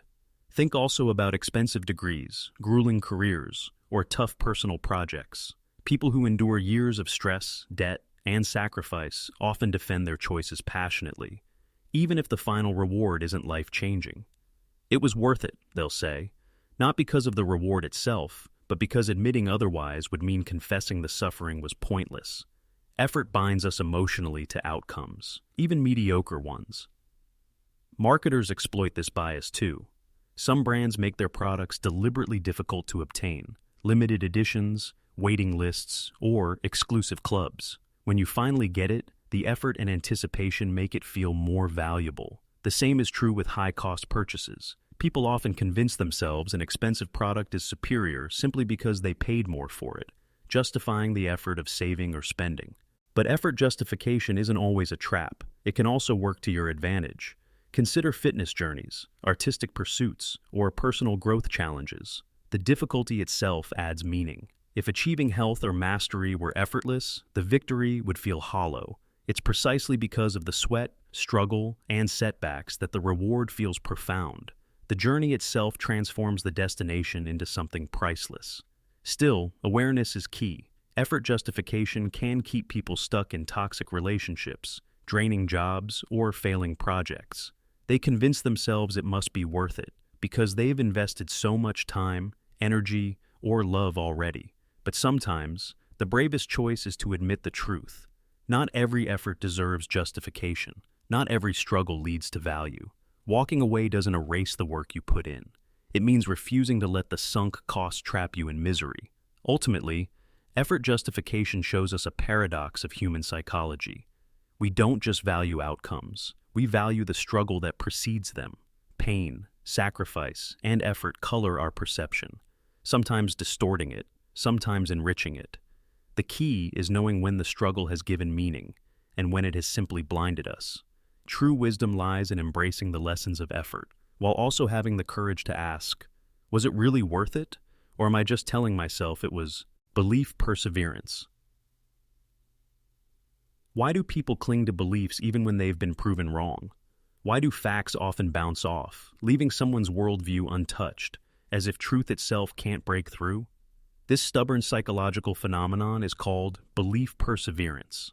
It describes our deep tendency to hold on to initial beliefs, even when presented with strong evidence that contradicts them. Once an idea takes root in the mind, it's remarkably difficult to uproot, even when logic, proof, and reality argue against it. The roots of belief perseverance lie in how the human brain processes information. When we form a belief, our brain doesn't treat it as a neutral piece of data. It becomes part of our identity, our worldview, and even our sense of safety. To challenge that belief is to challenge who we are. This is why evidence that contradicts our beliefs often triggers discomfort, known as cognitive dissonance. Instead of adjusting the belief, many people resolve the tension by rejecting or distorting the new information. They tell themselves, the evidence must be flawed, or this is biased, rather than face the painful possibility that they were wrong. Psychological experiments reveal just how powerful this effect is. In one study, participants were given false information about someone's personality. Later, researchers corrected the information, explaining it was fabricated. But even after the correction, participants' impressions of the person remained influenced by the initial false claim. The belief, once planted, persevered despite being disproven. This shows how difficult it is to unlearn. Even when the mind knows the facts, the heart clings to the original story. We see belief perseverance everywhere. Think of conspiracy theories. No matter how many times evidence disproves them, followers continue to believe. Political ideologies show the same effect. Supporters ignore facts that conflict with their worldview while clinging tightly to those that confirm it. In relationships, people sometimes believe someone is trustworthy, despite clear red flags, because letting go of that belief feels too painful. Once a belief is formed, it becomes less about truth and more about emotional comfort.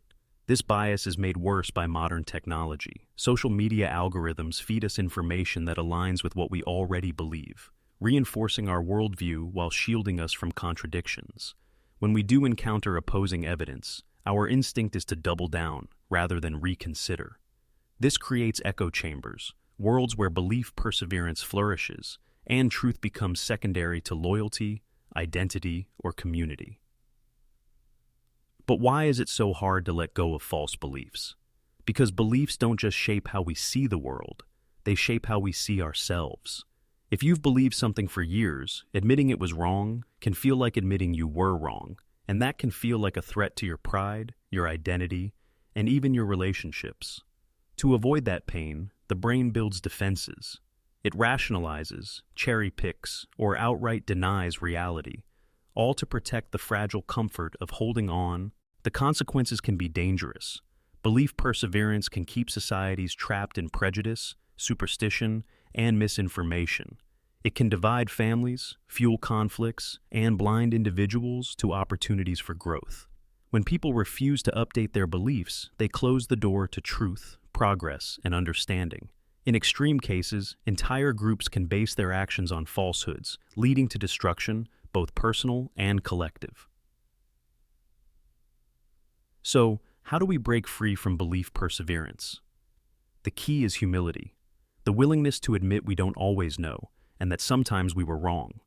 This doesn't weaken us, it strengthens us. Second, cultivate curiosity.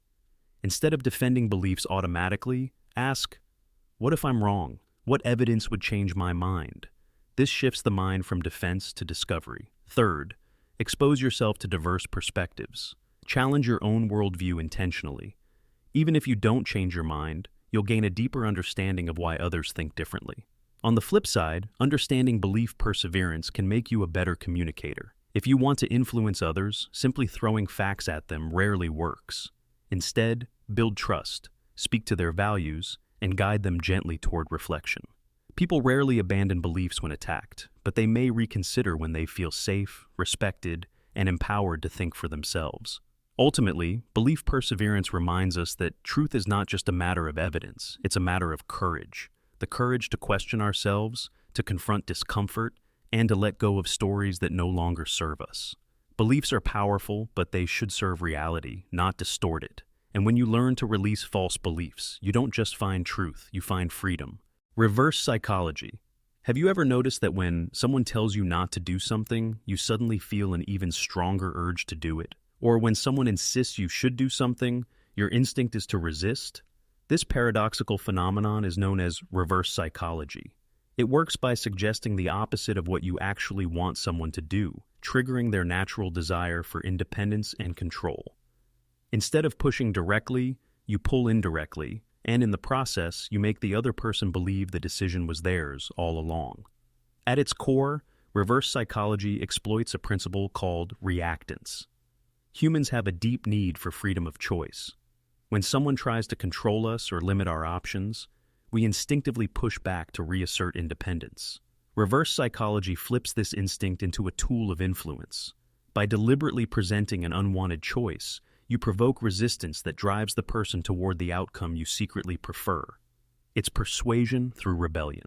Think about parents dealing with children. A classic example, telling a child, "Don't eat your vegetables, you probably won't like them." Suddenly, the child, eager to prove otherwise, eats the vegetables willingly. The parent's real goal, getting the child to eat healthy food, was achieved not through direct command, but through strategic suggestion. The child believes they chose freely, when in reality, they were guided. This technique shows up in marketing too. Advertisers sometimes say things like, "This product isn't for everyone," or "Don't buy this unless you're serious." Such messages play with pride and autonomy, making people more curious and more likely to buy. By suggesting exclusion, they trigger the consumer's desire to prove they belong. Instead of pushing, the brand pulls by letting the audience rebel against the suggestion. Reverse psychology also thrives in raw relationships. Imagine telling a friend, "You probably won't enjoy this movie." Often they'll watch it just to challenge your claim. Or in negotiations, a clever strategist might say, "You probably won't agree to these terms. They're too demanding." The other side, not wanting to appear weak, may agree faster. It's subtle, but it works because it appeals to ego and independence. But reverse psychology is not foolproof. It works best on people who value autonomy strongly or have a rebellious streak. Children, teenagers, and contrarian personalities are especially susceptible. On the other hand, people who are highly agreeable or compliant may simply take your words at face value, defeating the purpose. Used carelessly, reverse psychology can backfire. If someone realizes they're being manipulated, trust is lost and resistance grows stronger. Despite its risks, when used wisely, reverse psychology can be a powerful communication tool. Teachers sometimes use it to motivate students. "This problem is really tough. Maybe you're not ready for it yet." The student, eager to prove their ability, throws themselves into solving it. Coaches use it with athletes, saying, "You probably can't hit that record yet," sparking determination. Even leaders use it with teams, downplaying challenges to trigger pride and motivation. On a deeper level, reverse psychology reveals something profound about human nature. Our drive for autonomy is so strong that we often choose the opposite of what we're told, just to feel in control. We don't just want outcomes, we want ownership of those outcomes. That's why direct orders often fail while subtle suggestions succeed. Influence works best when people believe they chose freely. Still, it's important to use this technique ethically. Manipulating people constantly through reverse psychology can damage trust. It should be reserved for moments when encouraging independence benefits the person, like motivating children, inspiring students, or nudging someone toward a healthier or smarter choice. When used with care, it empowers rather than exploits. Ultimately, reverse psychology teaches us that persuasion is not always about force or direct commands. It's about understanding the mind's resistance to control. Sometimes, the best way to lead someone is to step back, plant an idea, and let their own desire for autonomy do the rest. It's a reminder that influence isn't about power over others, it's about guiding them to discover choices they already wanted to make. De-individuation.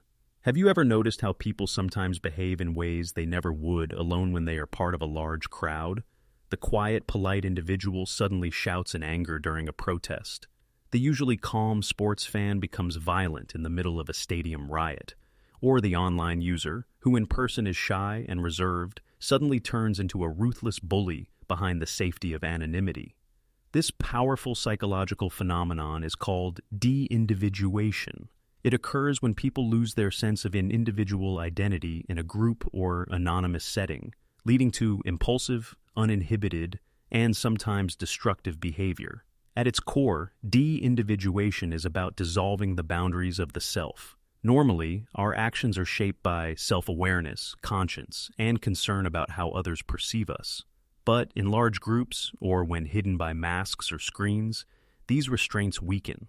The individual merges into the collective, and with that loss of identity comes a loss of accountability. You no longer feel like you feel like part of them.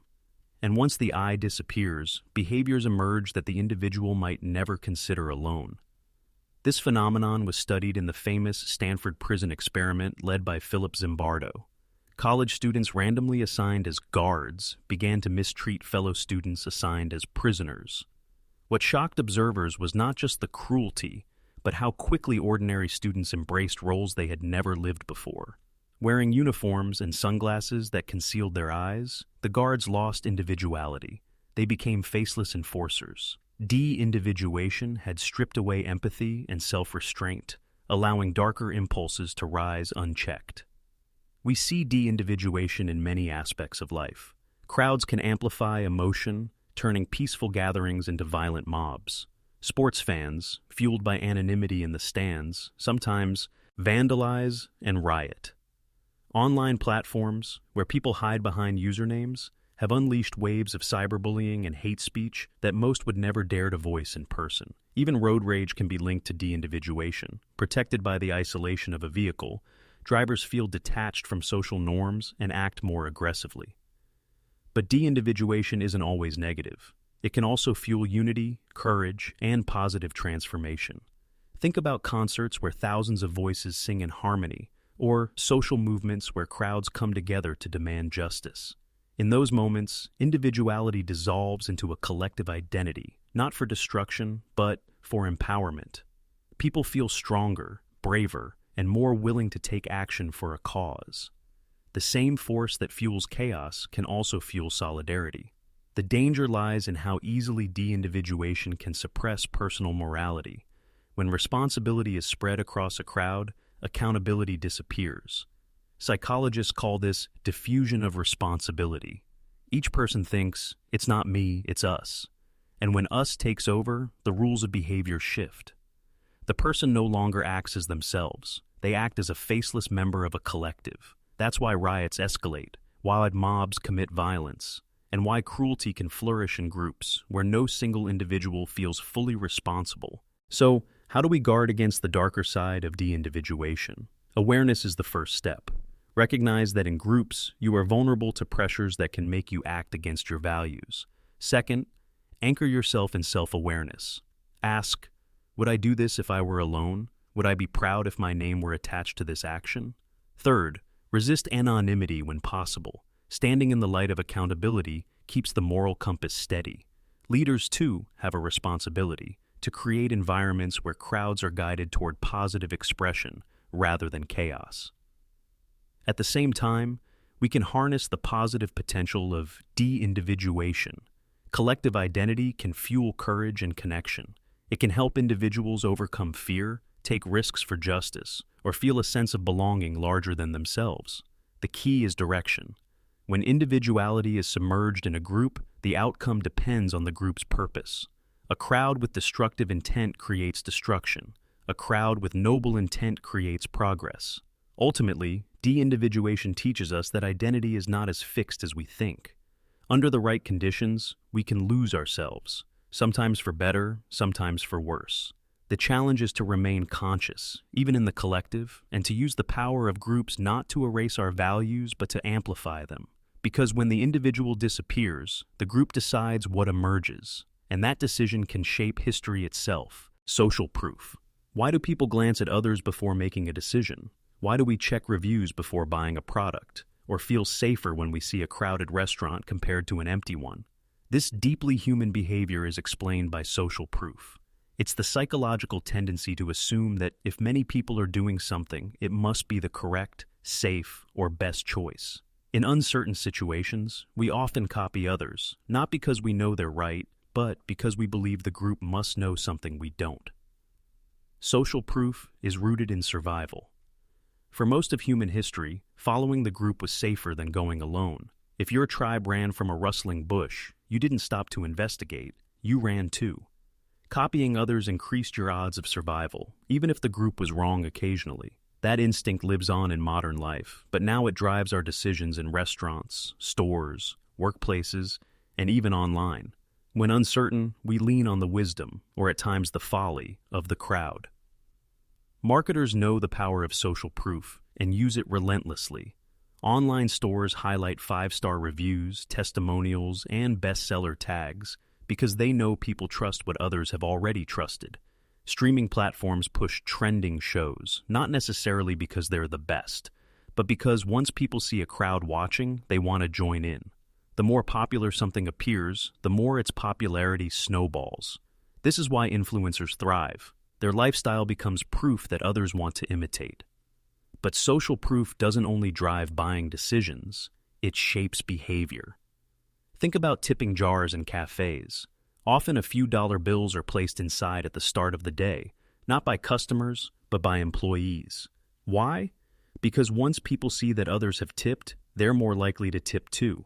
Social proof also fuels public speaking dynamics. One person starts CLA, keeping, then another, until the entire audience applauds, often without consciously deciding to. In moments of uncertainty, we take cues from others and follow along. The danger, however, is that social proof doesn't guarantee truth or quality. It only signals popularity. This is how misinformation spreads online. When a post is liked, shared, or commented on repeatedly, others assume it must be valid. Before long, false ideas gain momentum, not because they're accurate, but because they appear widely accepted. The crowd becomes the validator, even when the crowd is wrong. Social proof also explains why people conform in groups, sometimes against their own judgment. Solomon Ash's famous conformity experiments in the 1950s demonstrated this. Participants were asked to match line lengths, an easy task. But when Confederates in the room deliberately gave wrong answers, many participants followed the group, even when the truth was obvious. They trusted the crowd's perception over their own eyes, showing how powerful the pull of social proof can be. This principle shapes not only small choices, but also major cultural movements. Revolutions, protests, and social changes often ignite when people see others taking action first. Courage is contagious. One person stands, then another, then a crowd. The behavior of a few provides proof for the many, sparking momentum that can reshape societies. Social proof, in this way, is neither good nor bad. It is a neutral force that magnifies whatever it touches. So, how can we use social proof wisely? First, be conscious of its influence. Just because many people believe something doesn't mean it's true. Separate popularity from value. Second, when making choices, don't only look outward, check inward. Ask, does this align with my values, or am I just following the crowd? Third, use social proof positively in your own life. Surround yourself with people living the habits you want to adopt. Discipline, fitness, learning, because behavior is contagious. The more you see it modeled, the more natural it becomes for you too. Ultimately, social proof reveals both the strength and fragility of human decision-making. We are social creatures, wired to copy, to belong, and to follow. This instinct can protect us, inspire us, and connect us. But it can also blind us, mislead us, and strip us of independent thought. The challenge is to know when the crowd is guiding you toward wisdom, and when it's luring you into illusion. Reciprocity Norm. Why do we feel a strong urge to give back when someone gives to us? Why does even the smallest act of kindness create an invisible sense of obligation? This deeply ingrained principle of human behavior is called the reciprocity norm. It's the social rule that says when someone does something for you, you should return the favor. Across cultures, across time, reciprocity has been one of the strongest forces binding human societies together. It makes cooperation possible, creates trust, and ensures that no one takes endlessly without giving in return. At its core, reciprocity is about balance. Imagine someone offers you a free gift, a compliment, or even just a helping hand. Almost instantly, you feel a pull to give something back, even if it's not asked for. It might be a smile, a kind word, or a future favor. That pull isn't just manners, it's psychology. Our brains are wired to maintain fairness within relationships. If you take without giving, you risk social disapproval, or even isolation. But when you give back, you strengthen the bond, proving that you are trustworthy and part of the social contract. Anthropologists point out that reciprocity is one of the oldest social rules of human survival. In ancient tribes, sharing food, tools, or shelter wasn't just generosity, it was insurance. You gave today, knowing others would give tomorrow when you were in need. Societies flourished not because of selfishness, but because reciprocity kept resources circulating, ensuring no one was left behind. That instinct still drives us today, even in modern cities filled with strangers. Marketers and salespeople exploit this principle with precision. Have you ever walked past a store where someone offered you a free sample? Suddenly you feel pressure to buy something, not because you needed it, but because you don't want to walk away empty-handed after receiving a gift. Charities use the same trick by sending free address labels, calendars, or small tokens in the mail. Even though you never asked for them, you feel compelled to donate. This is reciprocity being used as a tool of persuasion. Reciprocity also explains the power of small gestures in relationships. A sincere compliment can spark warmth, encouraging the other person to return kindness. A small favor, like holding the door or buying a coffee, often comes back in bigger ways later. People who understand reciprocity build strong networks, not by demanding, but by giving first. The invisible ledger of favors and kindness ensures that generosity rarely goes unpaid. But reciprocity has a darker side too. Because it's such a strong social norm, it can be manipulated. Some people use favors as traps, offering help not out of kindness but to create obligation. They give, but their giving comes with invisible strings attached, and because the pull of reciprocity is so powerful, people often repay, even when they don't want to. In this way, reciprocity can be exploited, turning a noble instinct into a tool of control. The norm also explains why refusing a gift can feel awkward. When you refuse, you break the cycle of reciprocity, rejecting not just the object, but the potential bond it represents. Cultures all over the world treat gift-giving as sacred, precisely because it binds people together. Saying no in some cases can feel like an insult, because it denies the giver the assurance that reciprocity will one day flow back to them. Still, reciprocity remains one of humanity's greatest strengths. It encourages cooperation in families, friendships, workplaces, and communities. It turns strangers into allies, weak ties into strong ones. And unlike many psychological biases, this one often creates a cycle of positivity. The more you give, the more others feel compelled to give back, creating a chain of goodwill that grows larger over time. So how can you harness reciprocity wisely? First, give without expecting immediate returns, but trust the principle. People rarely forget genuine kindness. Second, be aware of when reciprocity is being manipulated against you. If someone's gift makes you feel pressured rather than grateful, pause and recognize the tactic at play. Third, use reciprocity to build bridges. In a world that often feels divided, small acts of generosity can ripple outward, creating bonds that logic alone cannot. Ultimately, the reciprocity norm reveals the deep truth that humans are wired not just to survive alone, but to survive together. Giving and receiving are not separate acts. They are two halves of the same circle. And the stronger that circle, the stronger the community, the relationship, and the human spirit. Loss aversion. Why does losing $100 feel so much worse than the joy of gaining 100? Why do people cling to what they have, even when letting go could bring more freedom or reward? This deeply human bias is known as loss aversion. It's the psychological principle that losses hurt about twice as much as equivalent gains feel good. In other words, the fear of losing outweighs the thrill of winning. The roots of loss aversion are evolutionary. For our ancestors, survival depended on avoiding threats more than chasing opportunities. Losing food, shelter, or safety could mean death, while gaining more was only an advantage if survival was already secure. Our brains evolved to treat loss as more urgent, more powerful, and more emotionally impactful than gain. Even today, with modern comforts, the bias remains. Losing something feels like a direct threat, and our minds magnify the pain. Psychologists Daniel Kahneman and Amos Tversky famously explored this through prospect theory. In experiments, they asked people to choose between options framed as gains or losses. For example, more people preferred a plan that saves 200 lives than one that lets 400 die, even though both describe the same outcome. The framing changed the emotional weight. People avoid losses fiercely, even at the expense of logical decision-making. Loss aversion explains why investors hold on to bad stocks for too long. Selling would mean admitting a loss, and the pain of locking it in feels unbearable. So they wait, hoping it rebounds, often losing more.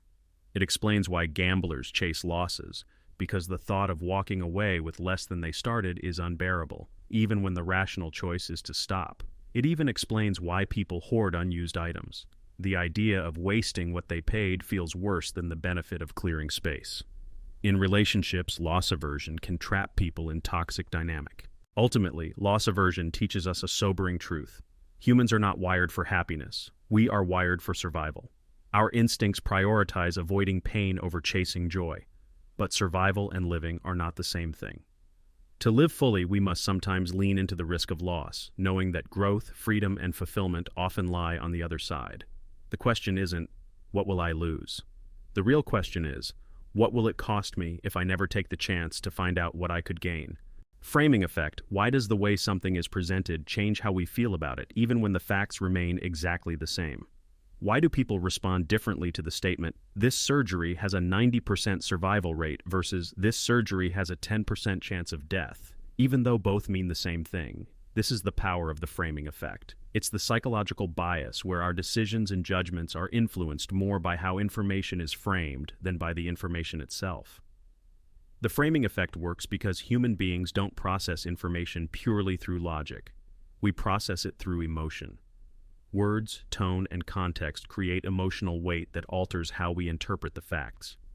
A message framed positively activates hope, confidence, and openness. A message framed negatively sparks fear, caution, and resistance. The facts stay the same, but our brains see them through two completely different emotional lenses. Psychologists Amos Tversky and Daniel Kahneman famously demonstrated this in experiments involving life and death scenarios. When people were told a medical program would save 200 out of 600 lives, most chose it. But when told the same program meant 400 out of 600 will die, support dropped sharply, even though both descriptions represented identical outcomes. The words shifted focus from gain to loss, and that shift changed behavior. This experiment proved a powerful truth. Perception matters as much as reality. The framing effect plays out in countless aspects of daily life. Marketers use it constantly. A food label that says 90% fat-free feels healthier than one that says contains 10% fat, even though they are identical. A salesperson saying you save $20 feels more appealing than you spend $80. Politicians frame policies as either protecting jobs or avoiding job losses, depending on which emotional response they want to trigger. But awareness of this bias gives us power. To protect yourself, always ask, am I reacting to the facts or to how they were presented?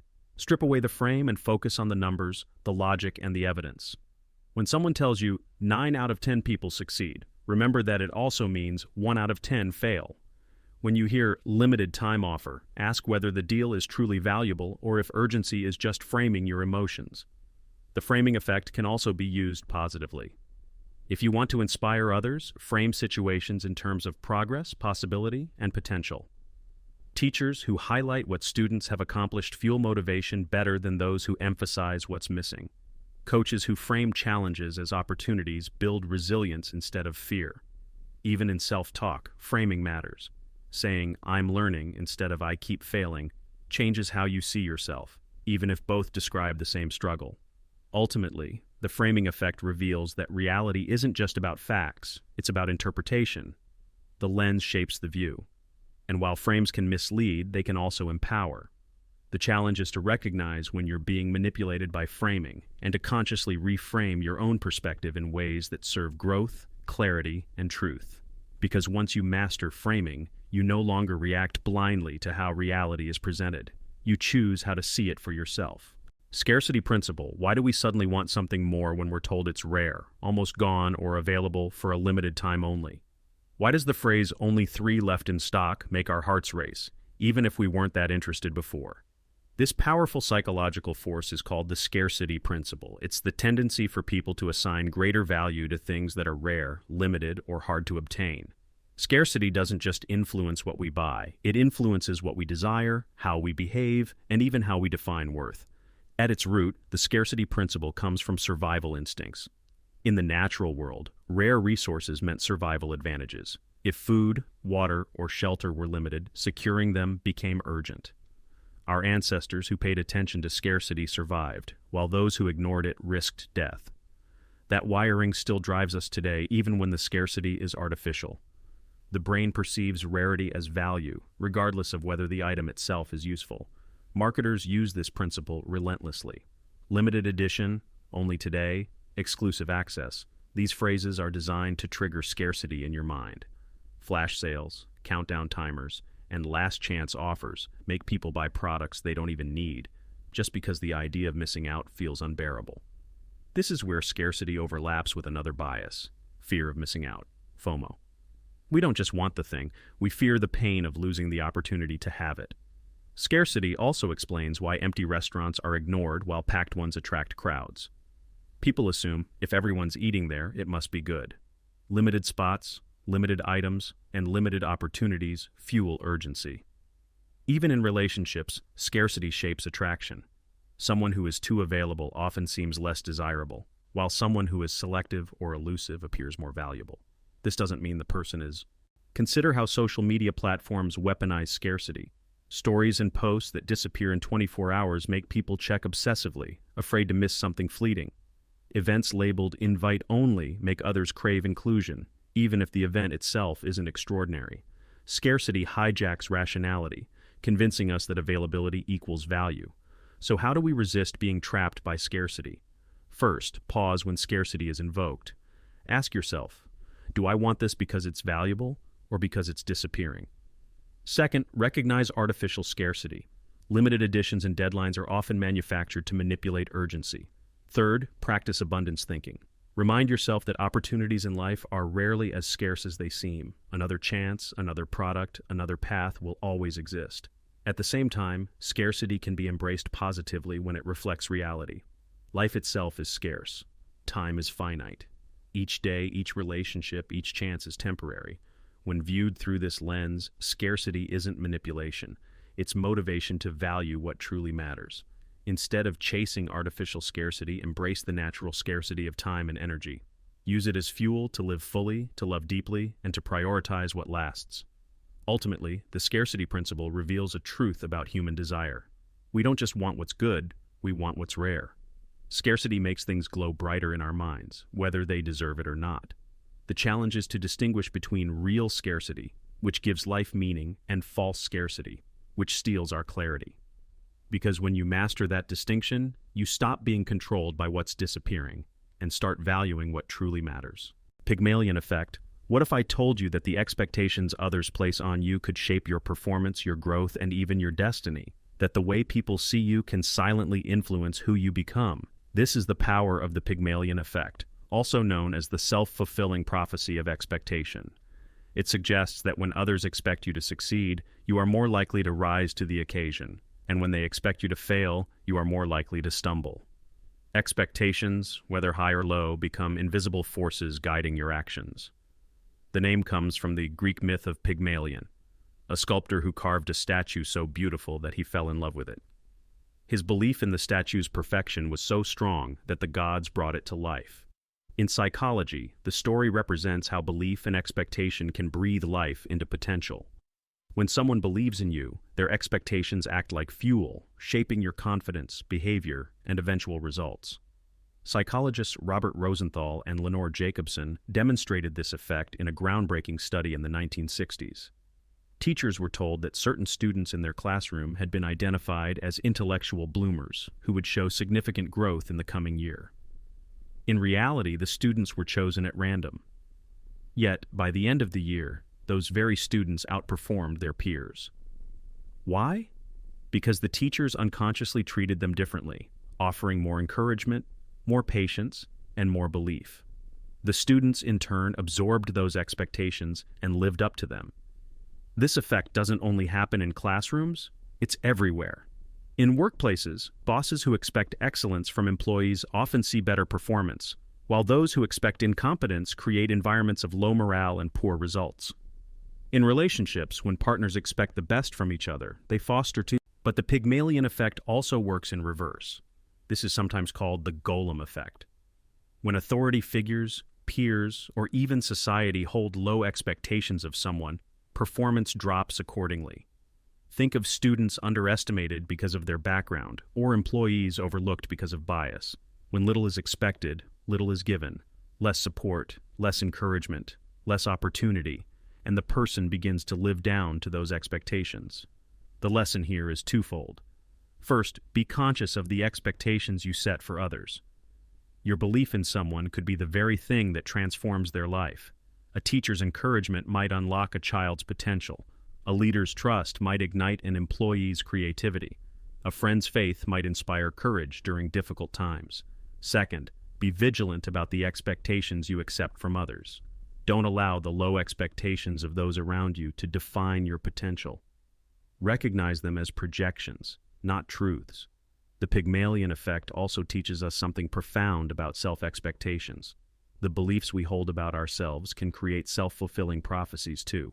Expect failure, and you unconsciously act in ways that bring it about. Expect success, and you pursue it with energy and focus, increasing your chances of achieving it. The mind is powerful, and expectation is the blueprint it follows. Ultimately, the Pygmalion Effect is a reminder of how deeply interconnected we are. No one grows alone. The expectations we project onto each other shape destinies in ways we often don't notice. The challenge is to become intentional with our expectations, raising them not as a burden but as a gift. Because when you expect greatness in others, you don't just see potential, you help create it. Backfire Effect. Why is it that sometimes, when people are presented with clear evidence that contradicts their beliefs, they don't change their minds, but instead become even more convinced they're right? This puzzling and frustrating phenomenon is called the Backfire Effect. It describes the counterintuitive way in which attempts to correct misinformation can actually strengthen the false belief rather than weaken it. At its heart, the Backfire Effect is about identity. Beliefs are not just ideas floating in our minds. They are tied to who we are, the groups we belong to, and the values we hold. When someone challenges a deeply held belief, it doesn't feel like a simple debate. It feels like a personal attack. The brain responds defensively, not logically, as if protecting itself from harm. The result is that evidence, instead of persuading, triggers resistance. The person digs in deeper, reinforcing the very idea you tried to disprove. Neuroscience studies suggest that when core beliefs are challenged, the brain activates regions associated with emotion and self-defense rather than logic. It's as if the brain treats information as a threat to survival. That's why people sometimes argue with more passion after hearing contradictory facts. Their minds are fighting to protect their identity. This is why arguments about politics, religion, and other emotionally charged topics rarely end in persuasion. Instead, both sides leave more entrenched than before. Examples of the Backfire Effect are everywhere. Consider conspiracy theories. Present clear, rational evidence against them, and instead of accepting it, believers often see the evidence as part of the conspiracy itself. Or think about heated political debates. When one side provides data, the other side often interprets it as biased propaganda, reinforcing their original stance. Even in personal relationships, attempts to correct someone's misconceptions can backfire, creating defensiveness and resentment rather than openness. The danger of the Backfire Effect is that it creates echo chambers. People seek information that confirms what they already believe and reject anything that challenges it. Over time, this makes groups more polarized, divided, and unwilling to listen. Truth becomes secondary to loyalty. Facts become less powerful than identity. And in this environment, misinformation thrives, because correction only hardens resistance. But here's the key. The Backfire Effect doesn't mean persuasion is impossible. It means persuasion requires a different approach. Direct confrontation rarely works. Instead, influence often comes through empathy, trust, and gradual exposure. If people feel respected rather than attacked, they are more likely to reconsider. If new information connects to their values instead of clashing with them, they may integrate it instead of rejecting it. The messenger often matters as much as the message. This principle applies in daily life. If you want to change someone's mind, don't bombard them with data. Start by listening, understand their perspective and why they hold it. Then, instead of proving them wrong, ask gentle questions that invite reflection. What evidence would change your mind? Or, why do you think people see this differently? By lowering defensiveness, you create space for curiosity. Over time, curiosity opens the door to truth. The Backfire Effect also reminds us to look inward. How do we respond when confronted with evidence that contradicts our beliefs? Do we listen, or do we resist? Do we cling tighter out of pride, or do we allow discomfort to reshape us? True growth requires the humility to admit we might be wrong.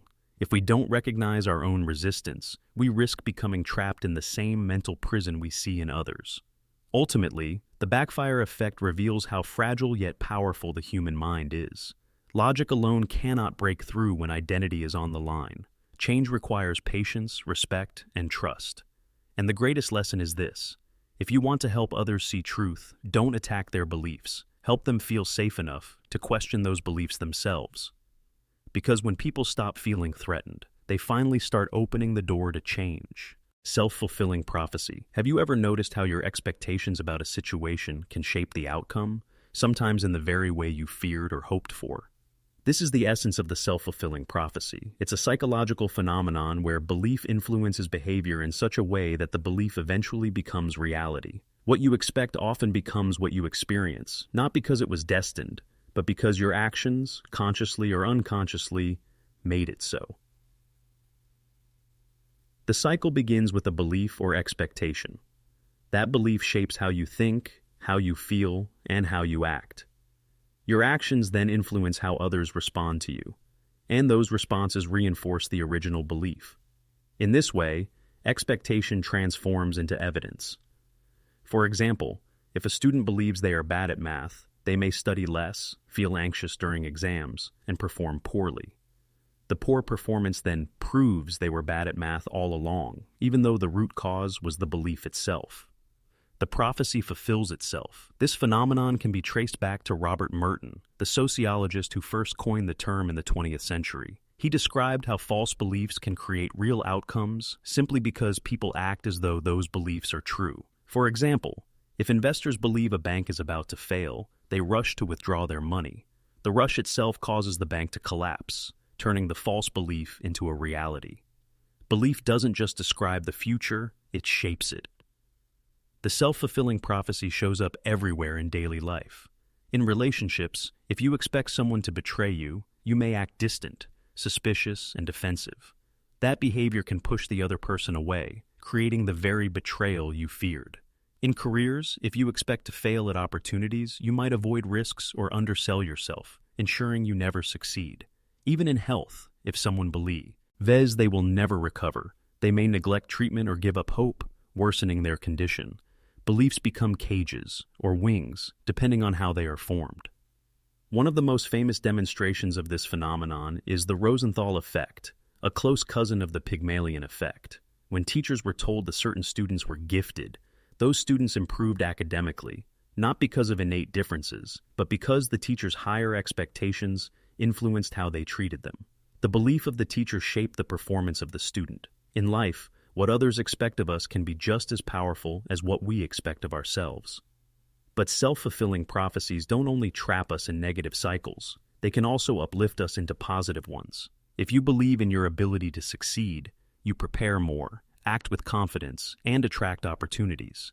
Success then confirms your belief, creating an upward spiral. Athletes who visualize victory often perform better, not because visualization magically changes reality, but because it changes behavior. Focus sharpens, motivation rises, and performance improves. The danger is that many of us unconsciously live out negative prophecies. We tell ourselves, "I'll never be good enough," and our actions ensure it. We tell ourselves, "People always leave me," and our fear pushes them away. We tell ourselves, "Nothing ever changes," and so we never take steps to change. In this way, belief becomes a self-made prison, locking us into outcomes that were never inevitable. So how do we break the cycle? The first step is awareness, recognizing that beliefs are not just passive thoughts, but active forces shaping reality. The second is reframing, replacing destructive expectations with empowering ones. Instead of expecting rejection, expect connection. Instead of expecting failure, expect progress. The prophecy is not destiny, it's a script, and you have the power to rewrite it. Finally, surround yourself with people who expect greatness from you. Just as negative expectations can drag you down, positive ones can lift you higher. The beliefs of others seep into your self-image, reinforcing cycles of growth and strength. Choose environments that feed positive prophecies, not destructive ones. Ultimately, the self-fulfilling prophecy teaches us this profound truth. We do not only predict the future, we create it. Every belief is a seed. Plant fear, and you grow failure. Plant hope, and you grow success. The question is not just, what do I expect? The deeper question is, what reality am I building with those expectations?